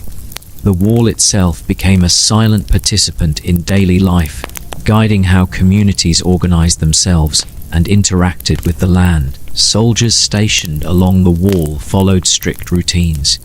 Patrols moved at a steady pace along the battlements and paths below, observing the surrounding areas and recording any unusual activity. Watchtowers offered elevated views, allowing soldiers to spot distant travelers, approaching storms, or signs of movement in the plains and valleys.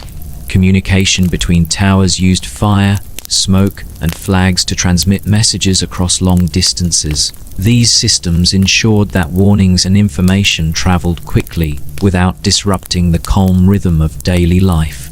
Repair and maintenance were ongoing. Weather erosion and natural wear constantly threatened the wall's stability. Crews reinforced foundations, replaced stones or bricks, and restored sections weakened by rain, snow, or wind. Drainage channels were cleared to prevent water from undermining the structure. Even seemingly minor tasks, repeated regularly, ensured that the wall remained functional and strong. This steady care over centuries allowed the Great Wall to endure across generations. Trade and movement along the frontier were shaped by the wall as well. Gates regulated the passage of merchants, caravans, and travelers, with officials recording names, goods, and animals. Taxes were collected where necessary, and regulations were enforced to maintain order. Markets developed around gates and garrisons, providing villagers with opportunities to sell food, crafts, and services. This created a stable local economy that depended on the continuous presence of the wall and the soldiers who protected it. The wall influenced how people traveled and lived in the surrounding regions. Roads were constructed and maintained to connect garrisons, gates, and villages. Messengers and couriers carried information between towers and administrative centers, keeping distant regions in communication. Travelers relied on these routes for safety and guidance. Over time, patterns of movement became predictable, allowing administrators to plan for supplies, security, and maintenance efficiently. Environmental conditions shaped daily life along the wall. Winters brought snow and ice, slowing construction and patrols, while requiring soldiers and villagers to prepare provisions and shelter. Spring and summer offered better working conditions, allowing repairs, construction, and planting to progress steadily. Autumn focused on harvesting and preparing for the harsh months ahead. These seasonal cycles became part of the rhythm of frontier life, creating a stable, predictable pattern that balanced work, defense, and survival. The people who built and maintained the wall came from diverse backgrounds.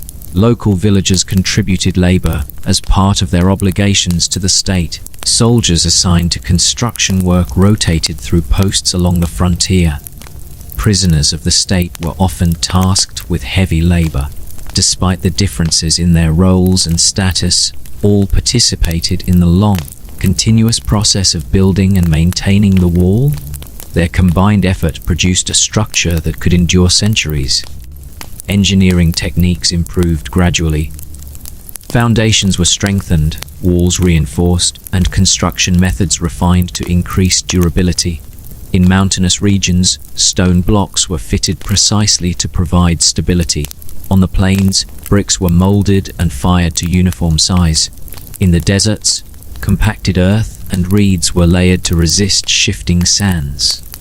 Each generation of builders learned from experience, adapting methods to new challenges and improving efficiency without altering the essential purpose of the wall. Watchtowers served multiple roles.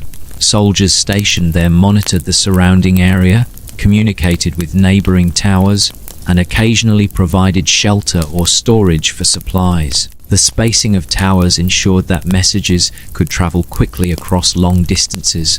Signal fires at night or smoke during the day relayed information, often confirming calm conditions or warning of potential threats.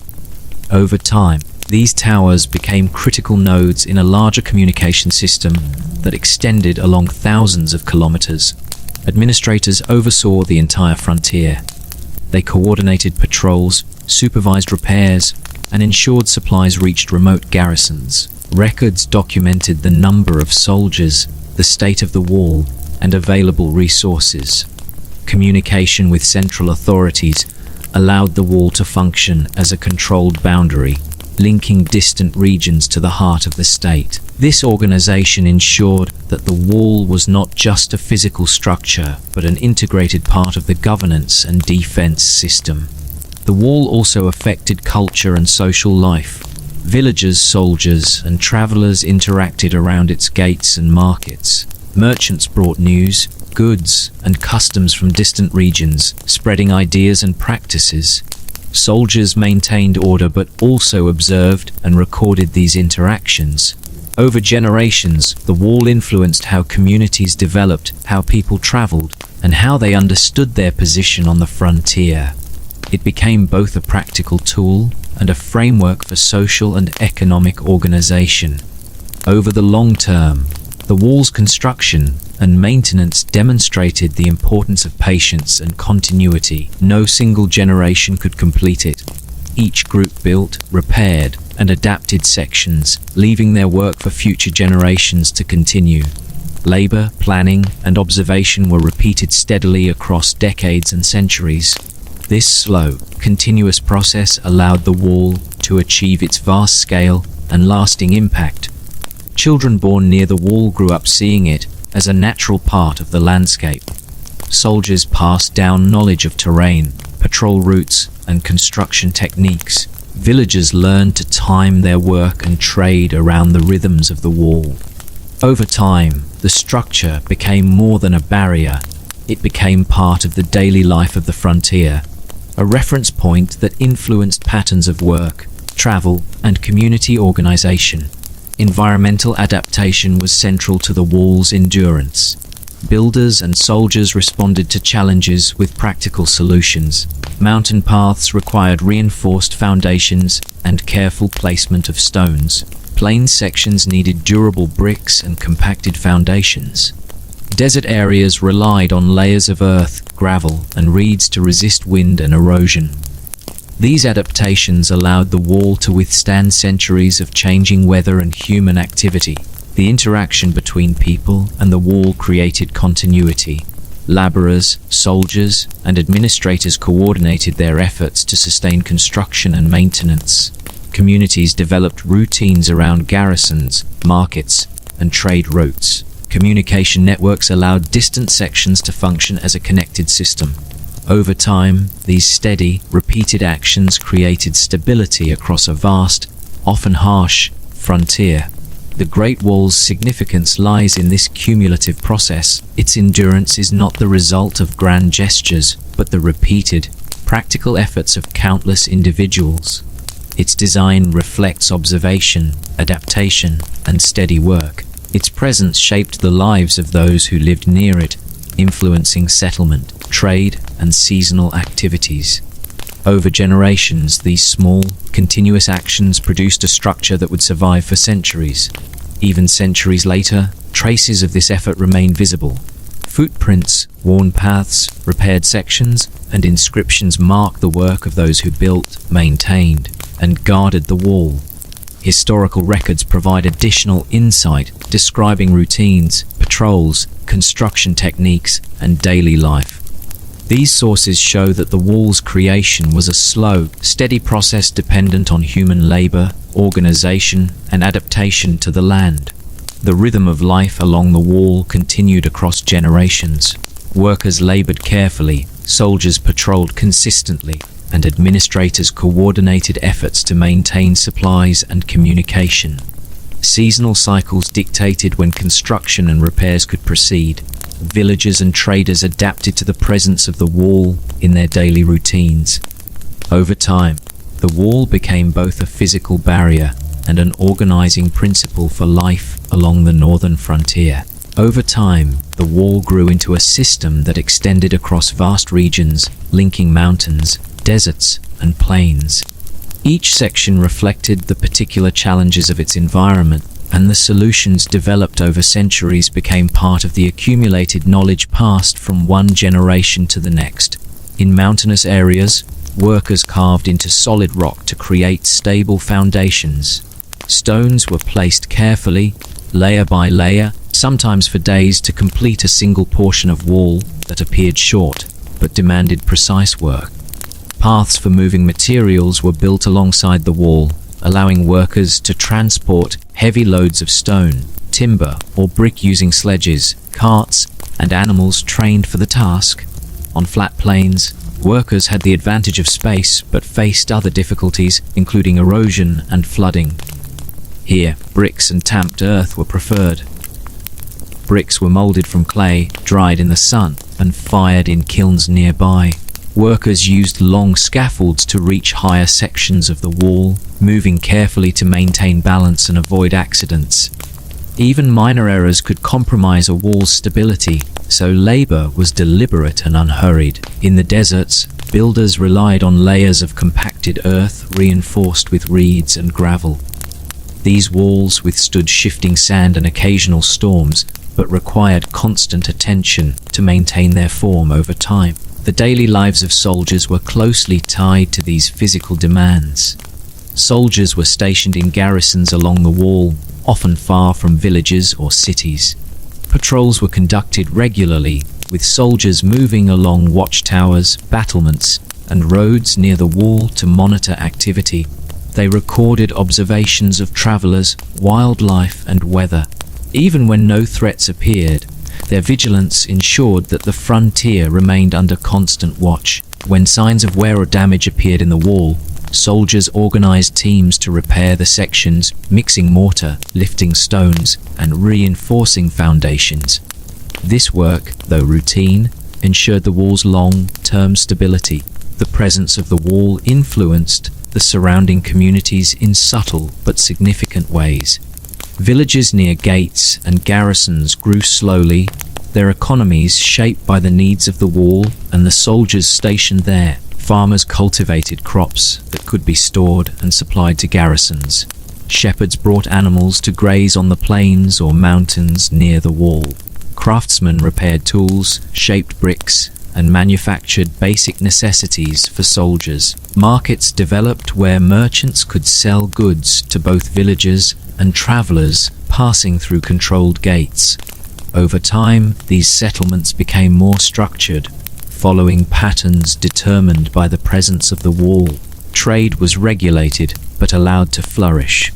Officials at gates monitored travelers and recorded their names and the goods they carried. Taxes were collected to support the administration and maintenance of the wall.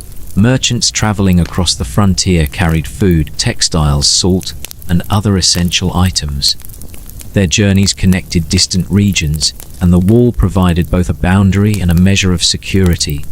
Over generations, these systems of trade and administration became routine, demonstrating how the wall was more than a defensive structure. It was an organizing principle for movement, commerce, and governance. The rhythm of life along the wall was shaped by the seasons. Spring brought planting and the resumption of construction after winter. Summer provided long daylight hours for labor, repairs, and travel. Autumn focused on harvest, storage, and preparation for winter. Winter was quieter but required vigilance. Snow and ice slowed travel and made repairs difficult. Soldiers continued patrols, maintaining watchtowers and inspecting vulnerable sections.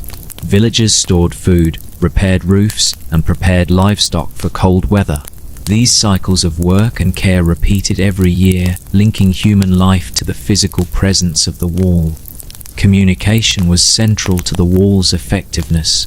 Beacon towers allowed signals to travel rapidly across long distances. A fire lit in one tower could be seen by another dozens of kilometers away, passing messages along the frontier.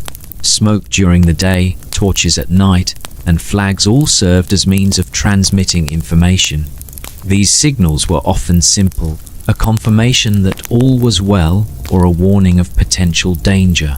The system ensured that the wall functioned as a connected network, allowing distant garrisons to respond in a coordinated way. The administration of the wall grew increasingly sophisticated. Regional commanders supervised patrols, construction, and repairs. Records were kept of the number of soldiers, the state of supplies, and the condition of each section. Communication with central authorities ensured that resources were allocated efficiently. Orders could be sent quickly to respond to unusual events, reinforcing the idea that the wall was not merely a physical structure, but a functioning system of management across vast and often remote territories. The wall also affected culture and social life. Villagers, soldiers, and travelers formed networks of exchange. Merchants brought stories, news, and ideas from distant regions. Soldiers observed travelers, providing both oversight and protection. Markets developed around gates and garrisons, connecting communities and creating opportunities for trade. Over generations, these patterns became deeply embedded, showing how the wall influenced not just defense but daily life, movement, and interaction across the northern frontier. Generations of builders and soldiers left subtle marks, inscriptions carved into stones, repaired sections, and worn paths along battlements tell the story of human effort. Each layer of stone or brick represents hours of labor, coordination, and observation. Workers learned techniques from those before them and passed them on to those who followed. Soldiers rotated through posts, carrying knowledge of terrain, patrol routines, and repair methods. This steady, continuous transfer of experience ensured that the wall could grow and endure over centuries. The wall's construction demonstrates the importance of adaptation. Builders responded to local conditions rather than imposing a rigid design. Foundations were reinforced according to slope and soil quality. Stone blocks were shaped to fit precisely. Bricks were molded and fired consistently. Compacted earth was layered with reeds and gravel in sandy regions. Drainage channels were incorporated where necessary. These practical solutions allowed the wall to survive harsh environments and centuries of weathering. Soldiers' work was closely connected to the landscape. Mountain garrisons required climbing, careful footing, and observation of distant passes. Desert posts demanded endurance, water management, and vigilance in wide open spaces. Plains garrisons involved long-distance observation and coordination with neighboring posts. Soldiers developed an intimate understanding of their environment, allowing them to patrol efficiently, repair damage, and communicate effectively. Their labor, combined with that of civilian workers, created a resilient structure that could withstand both human and natural pressures. Even minor maintenance was essential. Small cracks, eroded soil, or loose stones could, if ignored, threaten larger sections of the wall. Teams worked methodically to repair each segment. Mortar was mixed, stones replaced, earth compacted, and drainage cleared. These repetitive tasks, repeated over centuries, ensured the continuity of the wall. In this way, the structure's endurance depended not on a single monumental effort but on countless small, coordinated actions over long periods. Over time, the wall became a quiet but constant presence in people's lives. Children grew up knowing the watchtowers, gates, and battlements as natural landmarks. Villagers learned routines around planting, harvesting, and trade that aligned with the demands of the wall and its garrisons. Soldiers passed down knowledge of patrols, construction techniques, and terrain navigation. Through these daily interactions, the wall became more than a defensive line. It became a framework around which life along the northern frontier was organized. Historical records and travelers' accounts reinforce this understanding. Writers described the scale of the wall, its varied construction, and the daily routines of those stationed there. They noted the steady discipline of soldiers, the careful labor of builders, and the integration of the wall into frontier communities. These accounts highlight the continuous human effort behind the structure, showing how ordinary routines combined to create a lasting presence. The Great Wall's endurance depended on patience, repetition, and careful organization. No single generation completed it. Each contributed sections, repairs, and improvements, building on the work of previous generations. Laborers, soldiers, and administrators collaborated to maintain the wall, adapting techniques and methods to local conditions. Seasonal cycles, environmental challenges, and practical needs guided their work. Over centuries, these continuous, modest efforts produced a structure that has survived into the modern era. Even in distant regions, the wall shaped human activity. Travelers adjusted routes, villagers planned agricultural cycles, and soldiers rotated posts according to the geography. Trade and communication were influenced by the location of gates and markets. Messages moved along beacon towers and signal systems linking distant garrisons. The wall created order and continuity, serving both practical and organizational functions. Its influence extended beyond defense, becoming a stabilizing force for the northern frontier. Over generations, the wall shaped the rhythms of life for everyone who lived near it. Farmers adjusted their planting and harvesting schedules to ensure a steady supply of food for nearby garrisons. Shepherds moved their herds to graze near stretches of the wall where grass and water were available. Villagers provided crafts, tools, and basic services for soldiers, construction crews, and passing travelers. In return, the wall offered protection, a steady presence in the landscape, and a sense of stability in a vast, often unpredictable environment. Life was structured around the wall, and slowly, the frontier became organized according to its line. The work of building and maintaining the wall required careful planning. Each section needed materials transported to the site, foundations laid, and walls constructed according to local conditions. Labor was divided among soldiers, local villagers, and sometimes prisoners. Soldiers oversaw patrols and repairs, ensuring the wall remained defensible. Villagers provided labor for earthworks, brick-making, and transporting stones. Prisoners, though under duress, contributed to large-scale tasks that demanded continuous effort. Together, these groups kept construction and maintenance moving forward, section by section, mile by mile. Transporting materials was one of the greatest challenges. In mountainous regions, stone blocks were quarried and carried along steep slopes using ropes, sledges, and pulleys. Workers moved slowly, carefully, ensuring that heavy loads did not fall or damage the path. On plains, carts and oxen carried bricks and earth to the wall. In deserts, materials were brought over long stretches, often through hot, dry conditions with little water. The labor was repetitive, exhausting, and required coordination across teams. Progress was steady but slow, reflecting the wall's enormous scale. Seasonal cycles dictated when construction could occur. Spring and summer were ideal for earthwork, brick making, and stone transport. Rain or melting snow softened soil, making it easier to shape and compact. Long days allowed workers to spend more time on site. Autumn focused on harvesting and preparing supplies for the approaching winter, when work slowed. Winter brought snow, ice, and harsh cold, which limited movement and required soldiers and villagers to focus on survival and maintenance of essential structures. These natural cycles became part of the rhythm of construction and life along the wall. Watchtowers were placed at regular intervals to provide observation and communication. Soldiers stationed in towers monitored movement, weather, and possible threats. Fires, smoke, and flags transmitted messages across long distances, often hundreds of kilometers. These towers allowed the wall to function as a connected system, with distant sections able to respond to changes quickly. During times of peace, soldiers maintained towers and recorded observations, contributing to the ongoing management of the frontier. The wall also shaped trade and movement.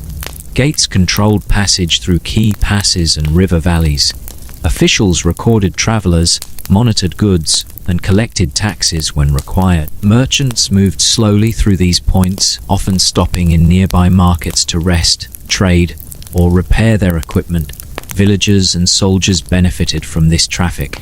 Over time, small towns grew around gates and garrisons, forming local economies dependent on the presence of the wall and its regulated movement. Soldiers developed specialized knowledge of the landscape. Mountain garrisons required climbing and careful navigation of ridges. Desert posts demanded endurance, water management, and awareness of shifting sands. Plain stations involved long-distance observation and coordination with neighboring posts. Soldiers learned to read subtle signs in the environment, tracks of animals, changes in weather, and distant movement along roads or trails. This knowledge allowed them to patrol efficiently, detect anomalies, and report them accurately. Their work was steady and methodical, reflecting the long-term nature of the wall itself. Repair and maintenance were continuous, Weather, erosion, and human activity caused minor damage that could escalate if left unattended. Soldiers and workers replaced stones, reinforced foundations, compacted earth, and maintained drainage channels. Even small repairs mattered, as the wall's effectiveness depended on each section remaining stable.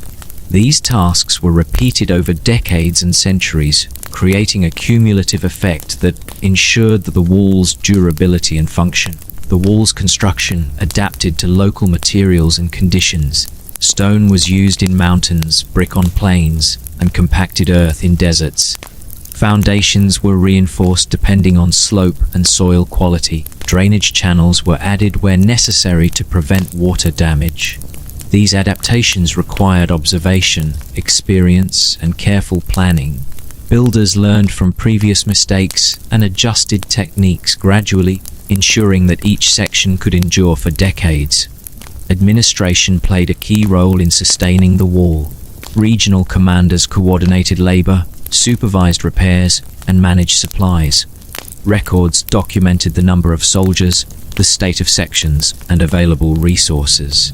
Communication with central authorities allowed responses to emergencies and planning for large-scale repairs or expansions. This structure ensured that the wall was not only a defensive line, but also a functioning network of human organization and oversight. The presence of the wall affected culture, society, and daily life. Families and children grew up seeing its towers and gates as landmarks. Villagers timed agricultural work and trade to match the needs of soldiers and construction crews. Markets developed along roads and at gates, linking settlements and creating local economies. Merchants carried goods and ideas across the frontier, spreading cultural influence. Soldiers recorded observations and experiences, contributing to knowledge about the land and its people.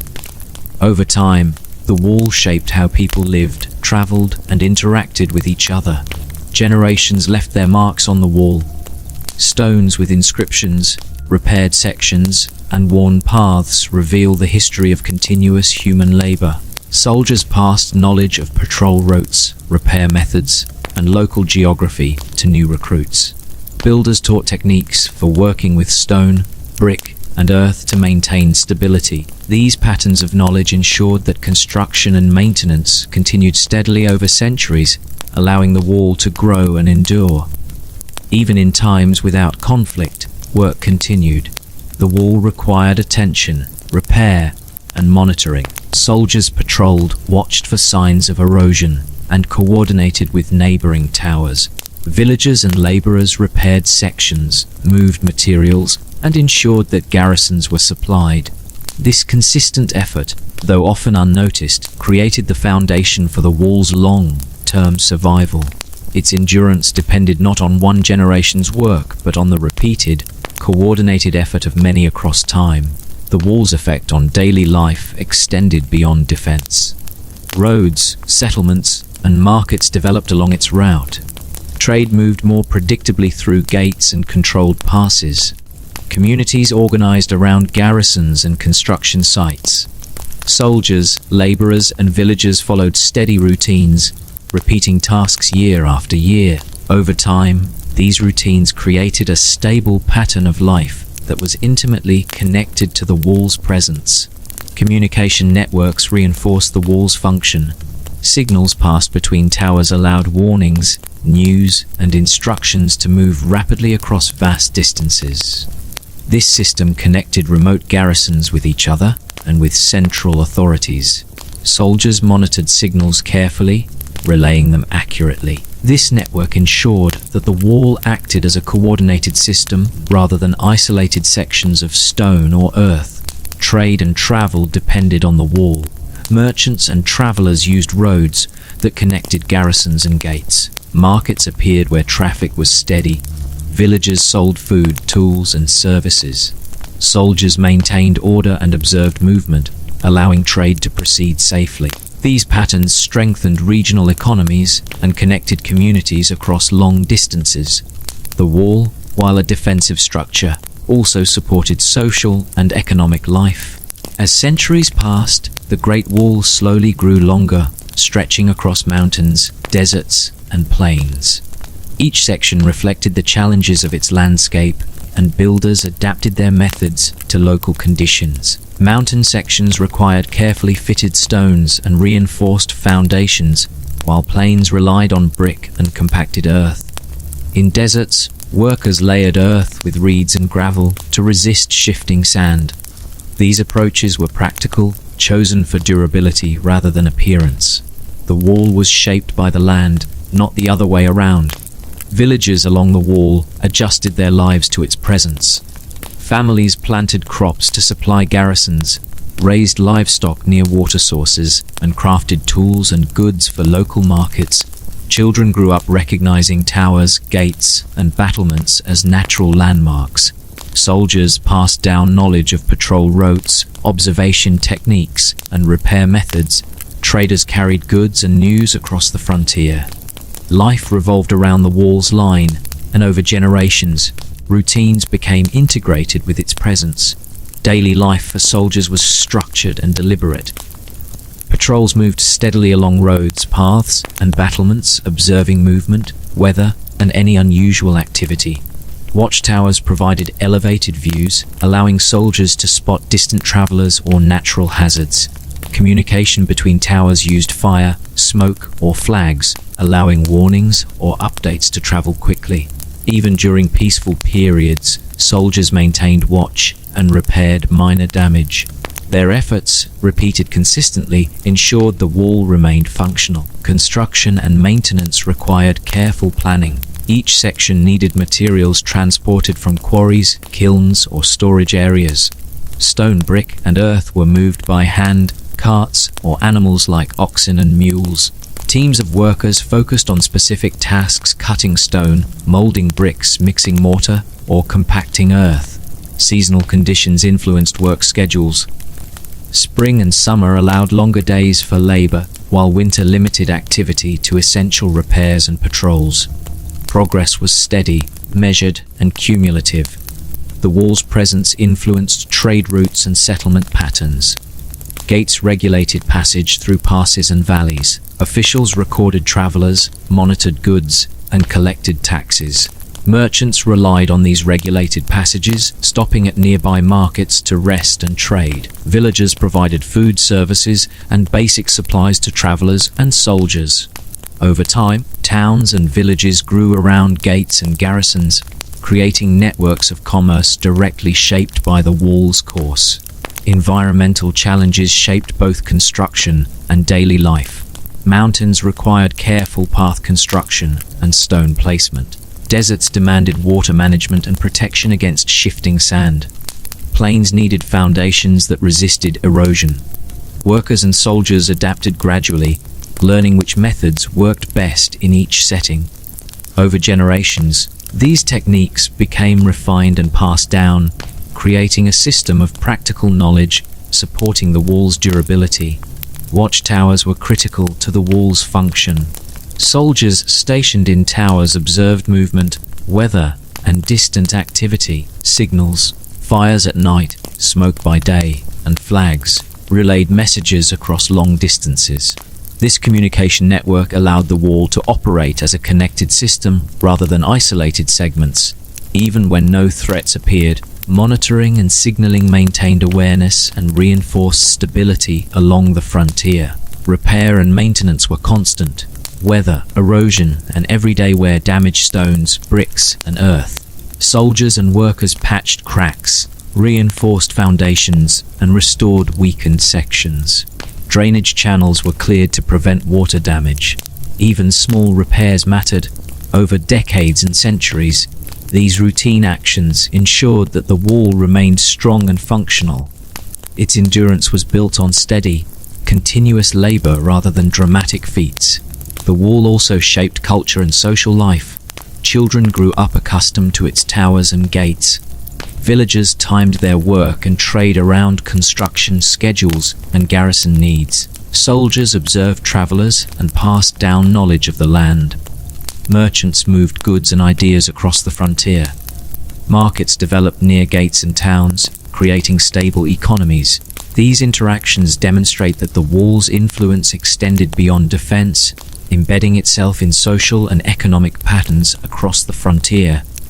Generations of workers left traces of their labor.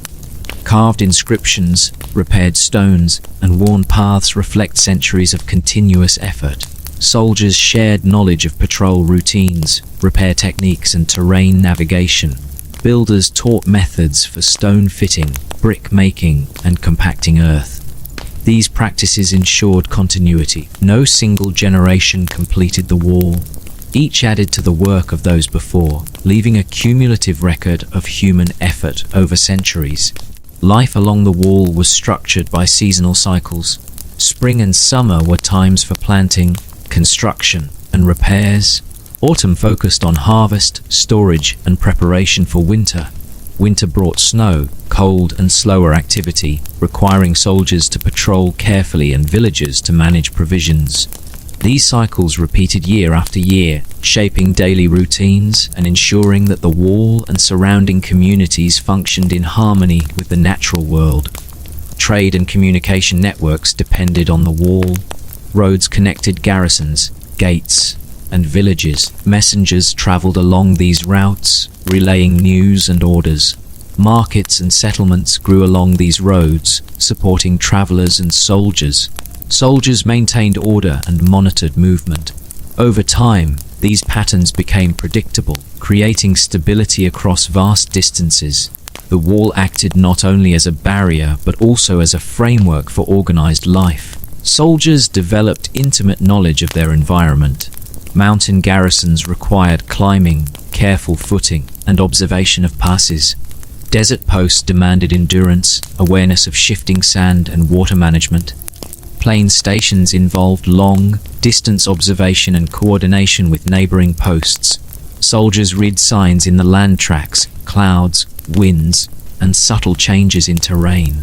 This expertise allowed them to patrol efficiently and maintain the wall's integrity. Even minor maintenance tasks were essential.